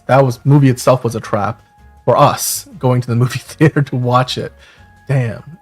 Did not like it. Did not like it at all. But we did review it, so if you guys want to go check that out on the channel, you're welcome to do that. But hey, that brings us to a close on the quick hits part of the show. So I'm going to hit that music. Well, stop that music. And, well, let me know, which of the news stories did you enjoy the most? All the Marvel stories? Is Scarlet Witch coming back? Are we getting Miles Morales and Spider-Man? What about Doomsday? Are we going to actually see Nightcrawler fighting Mr. Fantastic? Did Alan come and give that spoiler away? Of course, we had the new Pope, or now if you look at the Popeye sign, does it say Pope yes or Popeyes? Let me know. Let me know in the comments down below. And of course, we had a bunch of quick hits, including GTA 6 breaking all kinds of records with the new trailer. So with that, hit the like button if you haven't already. We're not done here, not at all. Far from it, in fact. Because now we have to switch up the graphics and start up the main event of the show, as is each and every day, which is DCU Daily. So welcome on in to another episode of DCU Daily. My name, of course, is Daniel, and with me today is just me, myself, and I, and you guys. So no John here today, as I mentioned earlier. He's not feeling well, but he will be back tomorrow, hopefully, for the Peacemaker trailer. We will look ahead to the Peacemaker the teaser trailer, the sneak peek we got yesterday. The teaser trailer we're getting tomorrow. But we do have a new poster from Peacemaker that James Gunn shared. So we'll talk about that. But before we do, let's start with the Penguin, right? So there's a new sound and screen event going on, and all the different composers for shows like the Penguin, Andor, Shogun, they're all being interviewed. And I saw this on Deadline today. The Penguin composer, Mick Giacchino, I'm thinking that's the son of Michael Giacchino. He said that Oscobb's theme has evolved as the character has achieved his full evilness. So basically saying that the music for the character has grown as the character has evolved into the mob boss that he is wanting to become. So yeah, Jalen Harris in the chat. Hello, Jalen. Yeah, it's me and Dan, as in Caleb and I. Yeah, the Oz Cobbler. Thank you. I just want to say hi to Jalen in the chat. Hello, Jalen. Figure Drawing asking a good question. And yeah, Jalen, you always show up at the perfect time. It's always whenever I go to DC Daily. I bet you're just sitting there on like the preview screen on YouTube and with like no audio. And as soon as I switch the graphic, you're like tap, and then like you're in the DC news. I see you. I see what you do. But yes, Enterprising, it is DC time. Figure Drawing with the question: did you talk about the new "I Know What You Did Last Summer" trailer? We did. We talked about that. Actually, didn't we talk about that like last week? That trailer dropped. It might have been earlier this week. Honestly, I'm not sure. It's been a busy week, but we did talk about it a few days ago. I like that trailer. Like the guy getting hooked like 3 times. I'm like, oh god, like it's the horror part of it works for me. Not so sure about bringing the original cast back. Some of the dialogue is a little hokey, but then again, it's not like the original movies were Oscar contenders. So thank you, Elite Easy. Con, yeah. They did a terrible version of that with Benedict Cumberbatch, but the OG version still holds up. Michael G did the Batman score. Yes, he did. So I think his son has been doing did the Penguin show. Michael Giacchino's a busy man. He's doing Fantastic Four. I'm sure whenever the Batman 2 happens, he will still do the score for that one. Figure Drawing saying, "Oh my bad, I thought it looked good. The new cast seems worthy." Yes, no, it looked good. Absolutely, Figure Drawing. Yeah, you're right.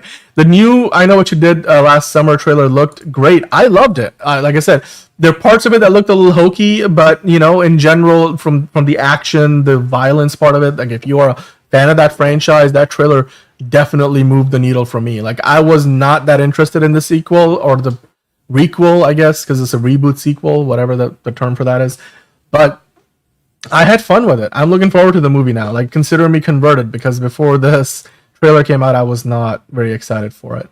But yeah, I mean, hey guys, what do you think about the Penguin composer, Mick Giacchino, saying that hey, or is this Mick? We think Mick is that Mike? Is that short for Michael Giacchino? I don't know. It seems like Mick Giacchino is his son. You guys correct me if I'm wrong. That does not look like the same Giacchino that we're used to for the Batman. Angelica saying, why isn't the Gotham City Siren being pushed for the series? I love this comic. That's a good question. You know what? Let's take a pause and talk about that for a second. The Gotham City Sirens, back in the DCEU era, I believe was in the works. But since then, I don't know if it's something that James going to seriously give it a lot of consideration, because as long as Margot Robbie's Harley Quinn was around and they did the Birds of Prey, I think that was an idea for it. As far as Gotham City Sirens, as in maybe they can do it as a version of it with a Catwoman crossing over with Sofia Gigante, like from the Penguin show. Although I don't think that's not really the same thing. It's what, like at least right now, the first thing they need to figure out is the Batman Part 2 and whatever the hell is going to be the Batman Brave and the Bold. Like both of those projects, we don't have a ton to go off of right now. So before they get to Gotham City Sirens, I hope that they can figure out the mainline Batman movies, because they're going to introduce a lot of the characters that will probably end up in a potential Batman Gotham City Sirens show in those movies. So anyway, Nico's in the chat. Hello, Nico. How are you doing today? Saying that was an Ayer idea with his Leto Joker. Yes, there were like a million different Joker Harley Quinn ideas that were brewing back in the DCEU days. So I'm guessing most of those died with the DCEU. That would make sense. Do you want beef? Do you want beef, Caleb? I don't know, Caleb. I have Slim Jims over here. I don't think I need beef. Whatever the Slim Jims have inside is enough for me. Speaking of beef, Zack Snyder seems to not have much of a beef with fans who joke around with the Snyder Cut being super long, because he was recently in an episode of The Studio. That show, amazing. 5 stars, love it. Watch it if you haven't already seen it. Seth Rogen is great. It's like The Office, but like on Apple with and it's about a Hollywood studio. It's fantastic. The Studio is one of the best shows on TV right now. And Zack Snyder was in the latest episode, and they were at the Golden Globes. And we were talking about the Golden Globes yesterday, actually, because they have a new podcasting category. But in the show, he's presenting, and he makes a joke at his own expense saying, hey, I'm gonna make a 6-hour edition of this ceremony, and then you'll be able to buy it on Blu-ray. It's gonna be black and white. So yeah, I mean, I guess Zack Snyder has gotten to a point now in his life where he can take a joke. He's like, I'm not gonna hold that thing as. I don't think he ever thought of it in that sacred manner. It's just the cultists, the Snyder cultists, that take that thing too seriously. I, for one, like every time I try to watch Zack Snyder's Justice League, I've seen it a few times. Most of the time, I have to see it like in 2 or 3 sittings because it's 4.5 hours long, and there's definitely like 2 or 3 points in the movie where you are like, okay, I'm gonna hit pause, get back to us another time, especially when they're singing Aquaman off into the ocean with his sweater that they're sniffing. I'm like, god damn it, like I can't sit through that thing. I either skip it, forward it, or just decide I'm gonna do the rest of this movie another time. Antonio is here,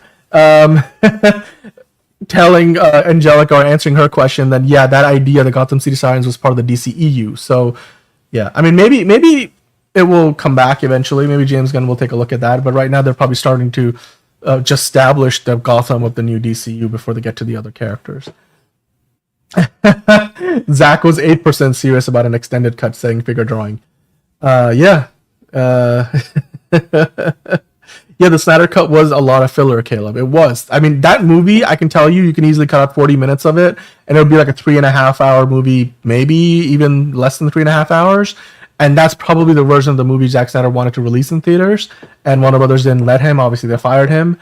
And then he just went in and said, you know what, I've got, a Kate Blanchett with the budget, if you know, you know. And he just decided, I'm going to do a 4.5-hour version of it. So, yeah. Exactly. Yeah, Monique, most people's bladders won't let them go 4 hours in one go. Like, it's true. Like, that's why they don't make 4-hour-long movies that go to the movie theaters. I mean, unless you're Peter Jackson. But, like, even he had to do that as director cuts. Anyway, let's talk about, May the 9th. Tomorrow is May... Well, actually, it's already May the 9th. It's past midnight. So there you go. It's here, except the trailer isn't here yet. But May 9th is here. The teaser, the sneak peek to the Peacemaker teaser dropped on Wednesday on Inside the NBA. John Cena was on there. We talked about it yesterday on the show. So, you can go back and watch that. But if you guys already have the day marked on your calendar, we know that later on today at some point, it's not dropped yet. You let me know if you see any different. But Peacemaker is dropping his first teaser trailer today. And the new season 2 looks amazing so far. We're going to get Frank Grillo in there. We've got a new look at the suit.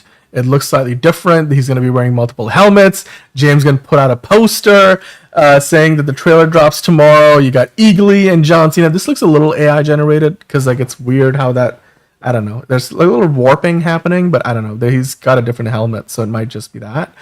I, for one, am very excited about it. What do you guys expect from this trailer? Jalen saying, let's go. And then Elite Easy saying, do I have to watch the basketball to see it? Or should I debut? It should debut during AEW. They probably wanted to debut it against the biggest audience possible. And since the NBA playoffs are going on, they figured that's the place to do it, not AEW, which doesn't get as many viewers as they used to. Antonio saying, as a person who saw Saving Private Ryan and fell asleep through most of that movie a lot faster than those two movies, is Zack Snyder's Justice League. Yeah, Saving Private Ryan is also a pretty long movie, Antonio. I agree with you. Although it's, I feel like it's a much more violent movie. There's after watching Saving Private Ryan, I need to turn on The Office or I don't know, Parks and Recreation or Brooklyn Nine-Nine, just so that I can have some hope in my life again. Even though it has a very poetic ending, Saving Private Ryan is a very, very that movie goes hard. It goes hard. But yeah, Jalen, I mean, look, I think this poster has some AI stuff in there. I don't think it's all AI. It's probably just, somebody doing Photoshop and doing it badly. It might just also be the helmet design. But yeah, the Eagly is CGI, so we know that much is true. I like the poster still. So it's going to be difficult, though, in the years to come, because we will have to kind of discern what's AI, what's not. Clearly, that first Thunderbolts poster was AI. Yeah, John is sleeping and dreaming of Taika Waititi chasing him. That's literally what he's doing. John is probably like a corgi when they're asleep and they're moving their paws around and just the drummies are in the air. That's probably what John is doing. Taika, no! Oh, he took you off. Okay, and he's probably doing that. Antonio's watching AEW. He's a TNA fan and watching WWE. Yeah, dude. Now they have all these. Dude, I did not think all those TNA people were ever gonna be in WWE, or I'd be watching Monday Night Raw and see the TNA Impact logo.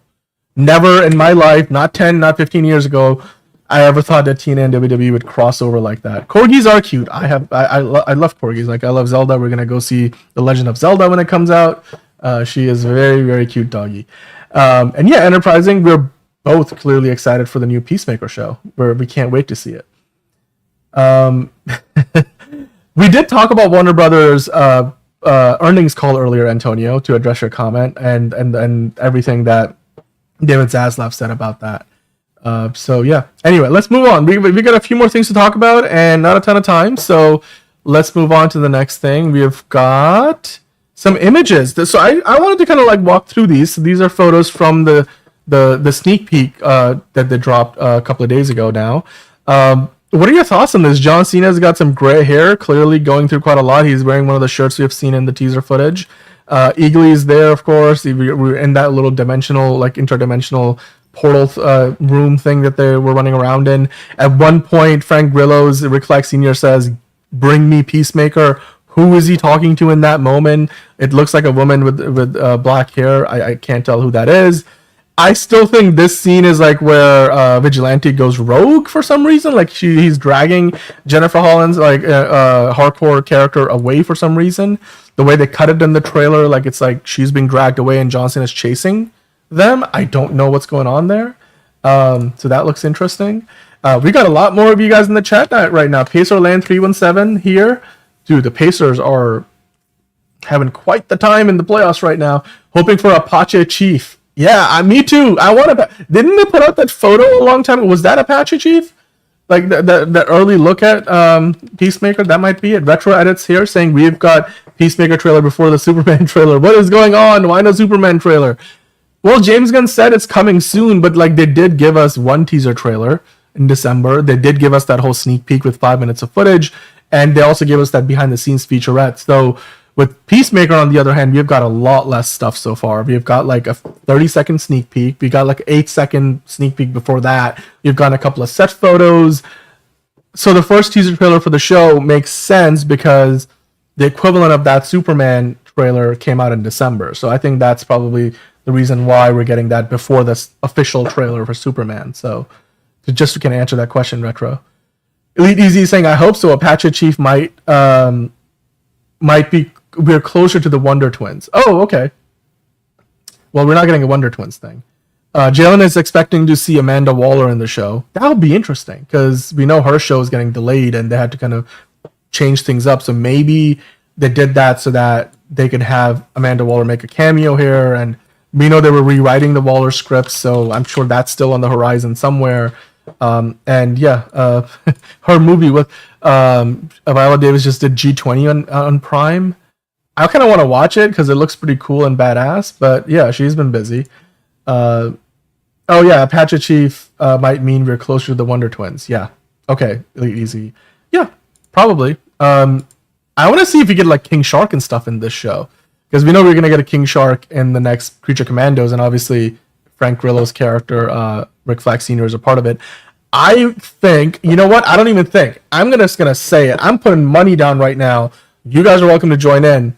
I'm going to put down a whole $1 that we're getting Joel Kinnaman's Rick Flag Jr. in at least a flashback. If not, I would not be surprised if Rick Flag is not dead. Or like he comes back from the dead. Like, I'm just saying, he was on the set. There was a whole thing, a hullabaloo a long time ago. One of the actors like accidentally tagged him in the post and then deleted the post when he was thanking everybody for great work on the show after he wrapped. This was like a year ago. So I'm pretty sure I'm really, really sure Joel Kinnaman is going to be in the show. And seeing Joel Kinnaman cross paths with Frank Grillo would be amazing.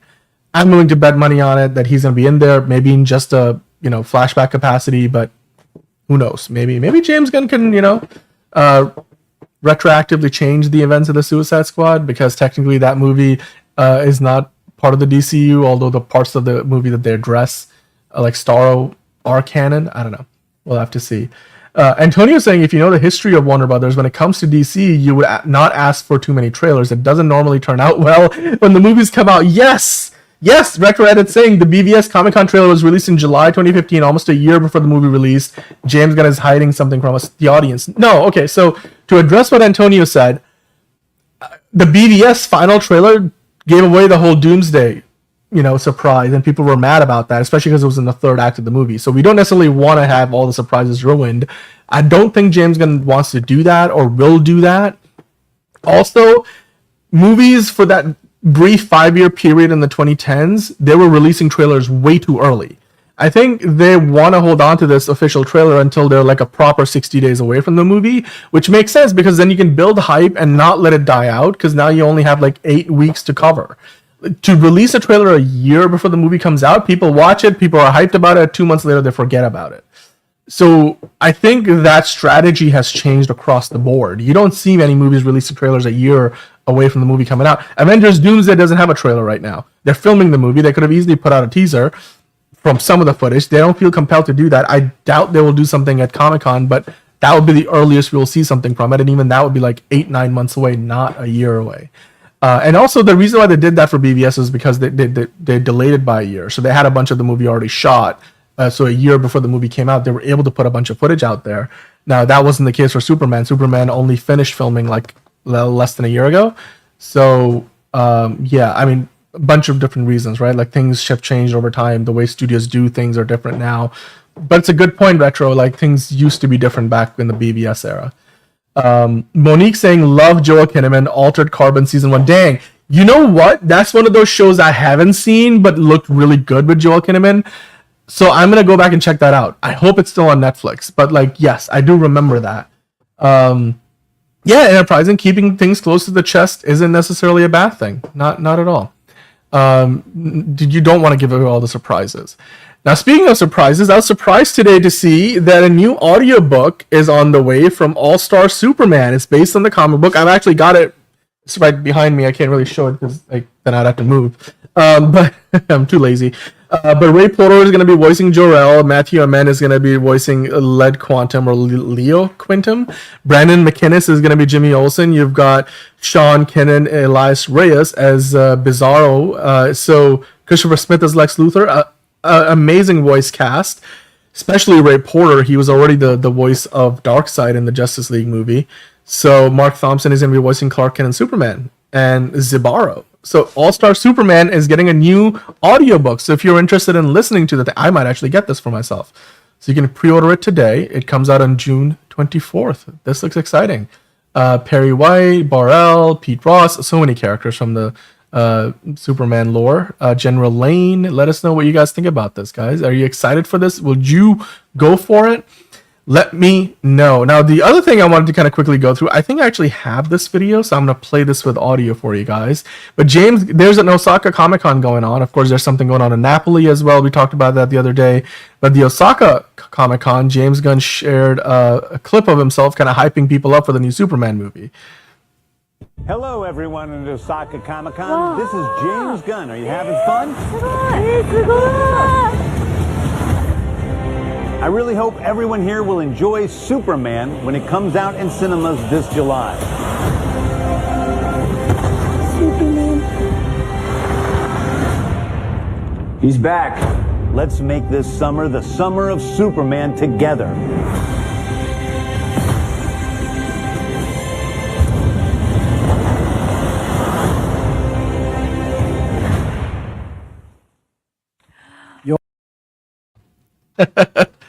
I love it. This looks great. Again, you can see in this clip there he's been filming a lot of that stuff at that set that they had that whole cast photo from at Superman Day. So it looks like they've been filming a lot of things at that set that they're gonna continue to use for the promotion. Osaka Comic-Con though looks fun. I know they didn't drop any new footage that we haven't seen there yet, but it was nice to see, again, James Gunn promoting this, and they're doing really, a broad effort all around the world. And of course, as part of that effort, you can now get yourself some DQ merchandise. Like they've got special cups for the Blizzard with Superman on it, and you got crypto on there for the soda cups. This is literally right up both Liz and John's alley, especially Liz. You could probably remember Liz. Half the time she's on the show, she's drinking like some soda thing or having something from DQ. Well, now you can get Superman cake batter cookie dough Blizzard of the Month. So many jokes to be had. I'm not going to go there today. Or maybe I will. I don't know.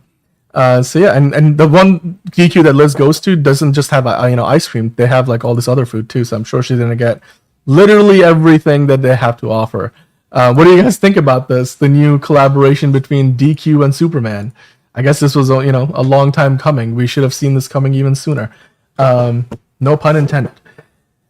Why not McDonald's? Says Jalen. I don't know. Maybe they're waiting to do that. Remember, Man of Steel had a bunch of stuff. Man of Steel had an IHOP promotion. So this is not the first time they've done a Superman crossover with like a fast food joint. They also had a 7-Eleven thing. A Sears doesn't exist anymore. Yeah, Nico. James Gunn is starting to look like Colonel Sanders from KFC, but touche. Yeah, Retro. That trailer did not have anything new, just the same shots. But that's fair. They don't want to give up anything new just yet. The ice cream looks like a cookie-shaped crypto. It looks fun. I'm gonna get me some. Like I love it. I want to try the cake batter cookie dough flavor that's exclusive with this promotion. Yeah, McDonald's is all about that dipping sauce. I'm not going for that trap money. Sorry. Enterprising saying Snyder fans have been raging on Gunn being in all the promotions, but God forbid the director and DCU CEO promotes his own projects. Yes, exactly. The dude is in charge of the whole studio. He's allowed to put himself out there a little bit. Plus, he's okay being the face of the company right now. I'm sure other actors will play a bigger role down the road. Monique saying that a Naruto Black Garlic and Nether Flame from Minecraft. That sounds interesting. Okay. Yeah, Enterprising, you and I both. We're always excited for more Superman merch. Like, you can go get yourself the soda. Once you finish it, keep the cup. Recycle, reuse, reduce, reuse, recycle. Yeah, and thank you, Antonio, for catching that. The bulk of Disney Plus subscribers outside of the States is from India. That is true. Yeah, India, there's a big presence because there was a whole streaming service in India that kind of merged into Disney Plus. That's how they got so many people. To answer that, to kind of add on to that for Antonio. Silver Fox. You guys are just going at it in the chat. All right, let's keep the ball rolling here. I love this DQ stuff. I'm sure we're going to talk about it when Liz is on the show.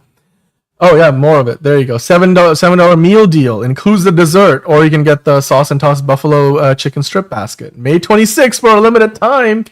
Get ready. It's a couple of weeks away. It's probably around the same time the trailer drops. Hey, you know what? They also had a new commercial with Jason Tatum. Because remember he had those like Superman shoes that we talked about a little while ago. Apparently, there's a new commercial featuring Jason Tatum. Is asking, y'all want to talk about Fly? How about Jason Tatum? Except the timing is really bad because he has been playing terribly in games 1 and 2 of the Celtics-Knicks series, and his team is down 0-2. So I'm like, this is gonna get memed, and so that's unfortunate. But you know what? The commercial still looks nice. I'm a fan of Jason Tatum. He's the reigning reigning and defending, as Paul Heyman would say, NBA champion. So good on you, and hopefully he can do better in Game 3. So. Yeah, Figure Drawing saying, mark my words, the winner of Game 3 wins the series, straight up. I agree with you, because if they win Game 3, the Celtics have not been playing good so far. Jason Tatum and Jaylen Brown shot 14 for 43 in the first game, 13 of 43 in the second game. You can't win if those two guys don't shoot well. Anyway, I digress, but Figure Drawing, I agree with you. If the Knicks go up 3-0, the series is over. If the Celtics get that game, all of a sudden they found a way to win, and I don't know. Like, they're still the more talented team overall, but don't count out the Knicks. That's the one thing we've learned. 2 20-point comebacks. Okay, David Cornswet. This is the image from the thumbnail, looking phenomenal as Superman. Of course, another image from the set. This is from when they were filming in Cincinnati. You can see a little bit of the bulge in there. It's all charred. I mean, not the bulge itself, just the trunks, that is. The rest of the suit, for that matter. So I'm sure this is part of that scene where he's fighting the big baby kaiju, which is a bit of a oxymoron. But hey, speaking of photos, set photos, Aaron Pierre on the set of Lanterns, everybody. We got another photo. Aaron Pierre, this is literally the same thing that he is wearing in that other set photo that they released. So you can see same jacket, same costume, looks interesting, looks fun. Nice. I forget what the other actor's name is, and he's also in the show. Elite Easy, thick as a brick. Caleb says bulge. Charred bulge. Yeah, charred bulge. Can't wait to see that. Yeah, he does have custom Superman shoes. Jason Tatum does. We talked about that earlier in the week. Yeah, you get your dark, edgy suit. Yeah, I guess you could say that Superman suit is more dark and edgy. A little charred. We've seen it in the teaser trailer too. Yeah.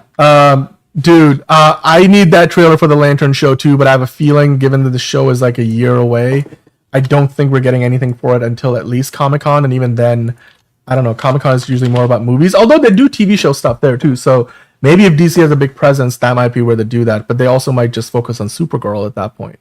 So, and Superman would have just come out, so maybe the cast of Superman shows up, maybe just David Cornsweet, because he supposedly is going to be making a cameo in Supergirl, so... But dude, Lanterns looks better and better. I want to see anything substantial from there, like give me, and we'll bring it to you. But the main event of the show, we've got like a little over 10 minutes left in the show. The main event today is the Batman 2.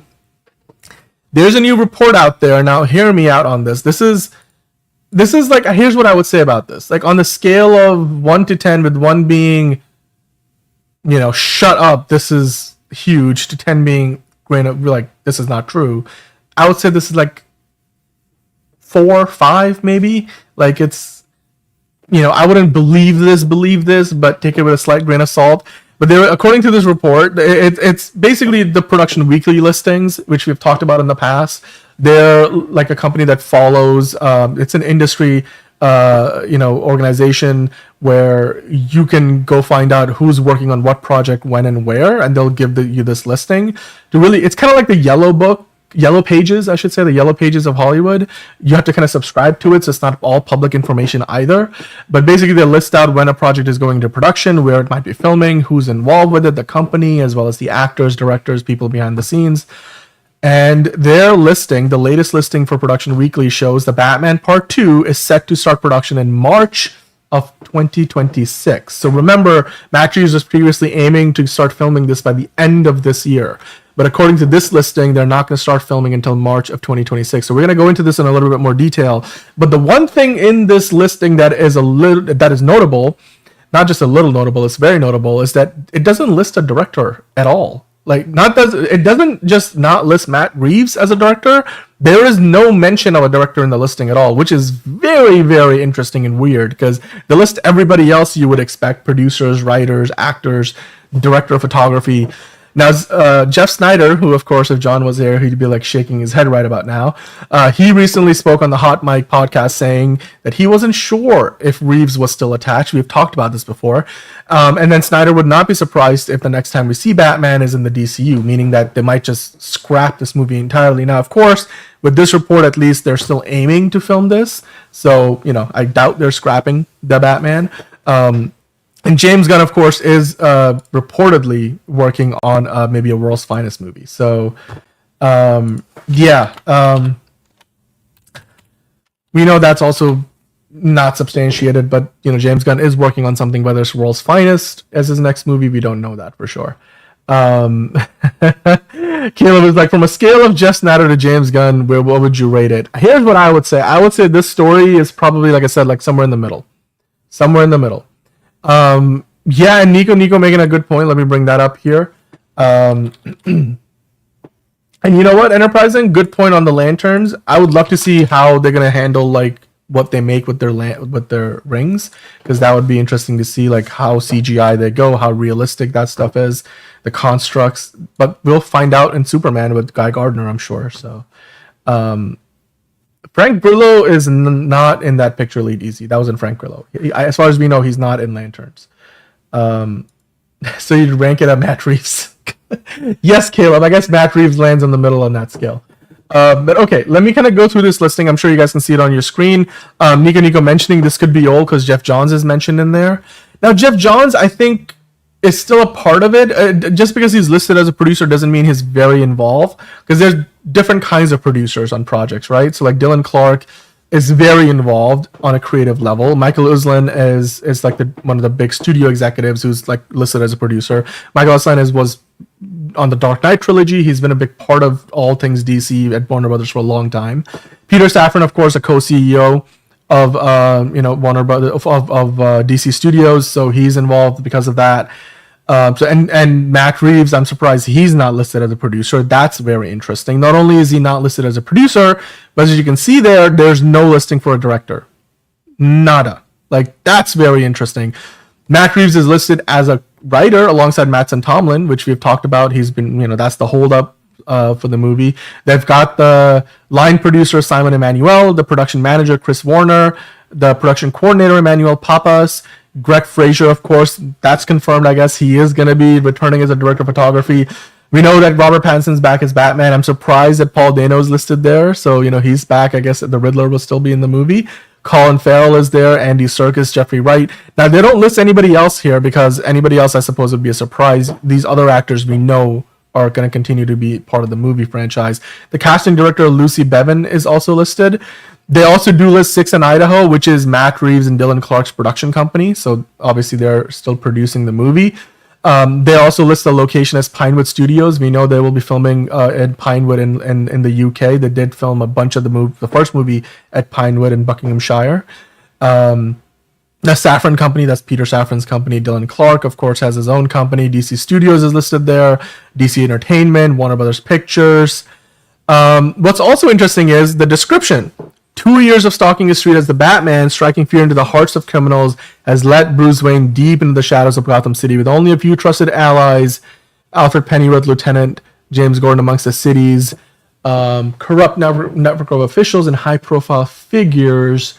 The lone vigilante established himself as the sole embodiment of vengeance amongst his fellow citizens. When a killer targets Gotham's elite.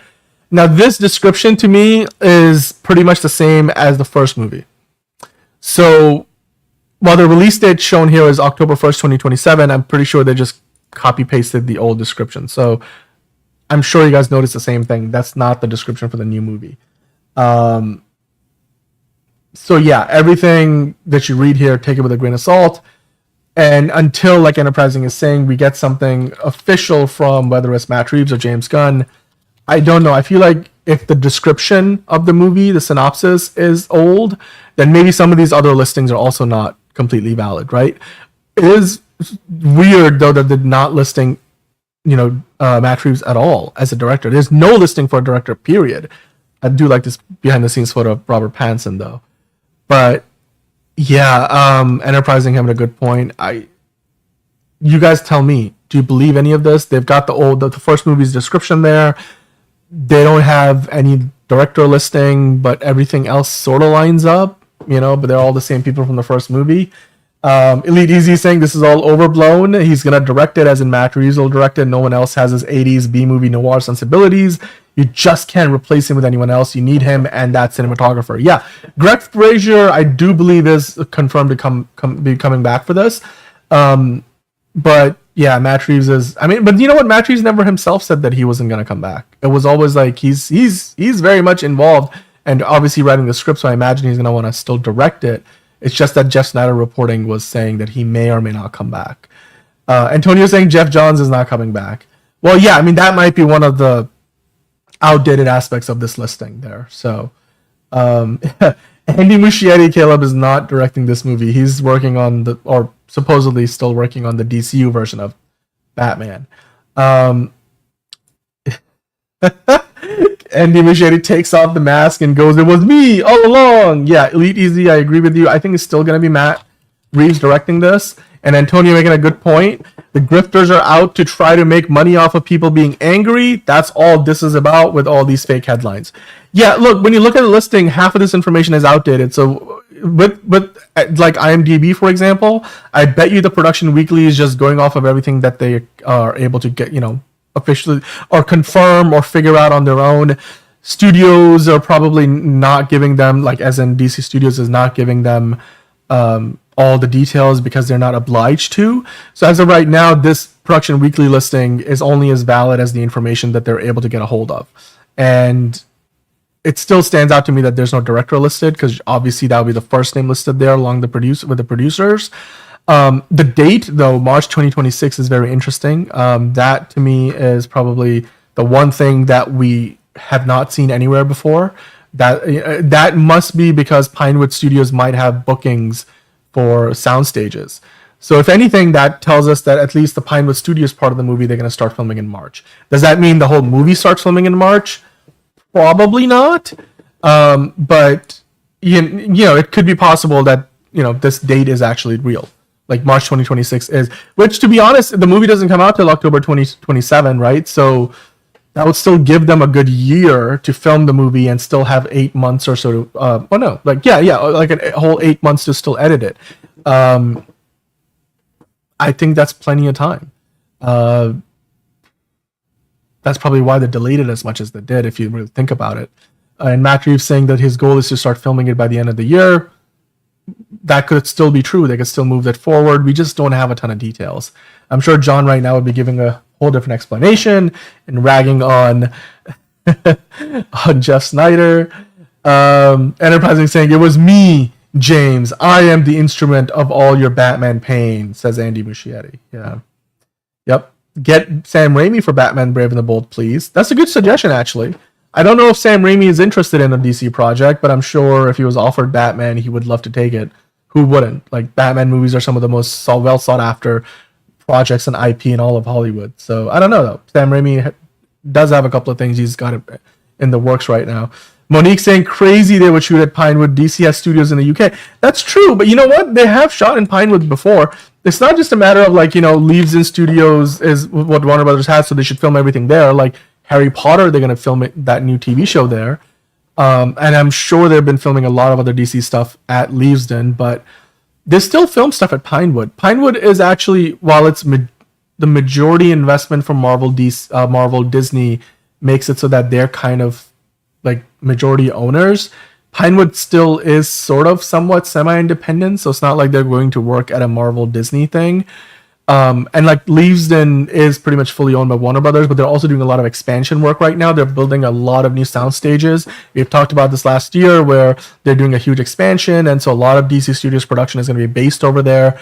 I think they've been filming Supergirl there already, so yeah, but I mean, it doesn't mean like, you know, they're doing it at Pinewood because they can't do it at Leavesden. I think it's probably because of the facilities, the availability. Because for all you know, like Monique and everybody else who's wondering, they might have a bunch of other, the sound stages occupied by other projects. So they're like, for the time of the year we want to shoot, Pinewood has what we need available, and Leavesden doesn't. So therefore, we'll do it there. You know, so it might just be a scheduling thing. That could be all that it comes down to. Antonio saying the only reason I know about this headline is because of a clown who, because of the damn algorithm, is constantly in the recommendations for my YouTube. I hope you don't mean us, but I'm pretty sure you don't. But okay, fair enough. Caleb saying Sam Raimi says he would love to do a Batman movie recently. Did he say that? I mean, I forgot. Like, we might have talked about it on the show, but that's great. I mean, if Sam Raimi wants to do it, then F it. Like, I would much rather watch a Sam Raimi Batman movie than watch Andy Muschietti Batman movie. I'm sure John would agree. And to answer your question, Elite Easy, Pinewood is in the UK. So like you can see here, they list the address, Pinewood Road, Ivor Heath, Buckinghamshire. It's like, it's outside of London, but it's in the UK. So yeah, Pinewood is kind of like one like Leavesden, one of the big production studio lots in the United Kingdom. They do have a bunch of studios in Atlanta as well. I think Pinewood also has stuff in Atlanta, so that's probably what you're confusing it with. I know Marvel is kind of moving a lot of its production out to Pinewood in the UK though. So no more daytime Batman. Elite Easy. The only time we've seen daytime Batman, I feel like it's in The Dark Knight Rises. That was like the only time we've seen that. Not much. And I mean, we saw like early morning Batman, like the sun is just coming up or going down, sunset Batman and the Batman. We didn't really see daytime Batman. Caleb saying he doesn't mean these clowns, but he's talking about Jeff Snyder. Okay. All right. Thank you for clarifying that, Caleb. Well, with that, guys, of course, if you haven't already, please do hit that like button. We do appreciate that. As Caleb was saying earlier, snap that like button like Zod. Or maybe, well, actually, that's, you know what? We can do better than that. Press that like button. We do appreciate it. It helps us out a lot. We're roughly 2 months away from Superman coming out. We're getting a Peacemaker teaser trailer literally in hours from now. I am so excited for that. It has been another amazing show here, everybody. So thank you so much for watching. As per always, leave your comments down below. Tomorrow we have a Q&A session coming up. And so we will bring all your comments in. We already have a ton of your comments that we picked out. So we'll bring those in. We'll talk about them. We'll talk about the Peacemaker teaser trailer. We'll have a bunch of other stuff to get into as well. Monique saying rightfully Star Wars and James Bond were both filmed at Pinewood Lots. And yeah, they actually have a whole stage dedicated to the, like, famously the James Bond movies. So Pinewood has a very, very good history, including with DC. So until tomorrow, when we have John on the show, thank you for watching. Thanks for tuning in. Hit the like button on your way out. Get in the comments with your questions, fan theories, and any questions that you'd like for us to answer tomorrow. And if you are new, hit subscribe and then hit the notification bell so you know when we go live. We are here 5 days a week, so we'll be back tomorrow to wrap up the week. Until then, thank you guys for bringing me along here, running solo today. I'm sure John will be back tomorrow. If he isn't, then it'll just be the two, you and I, as in you guys and me. But until then, I'm looking forward to the Peacemaker teaser trailer. Fingers crossed, it's going to be amazing. And I'll see you tomorrow with that and so much more on another episode of DCU Daily.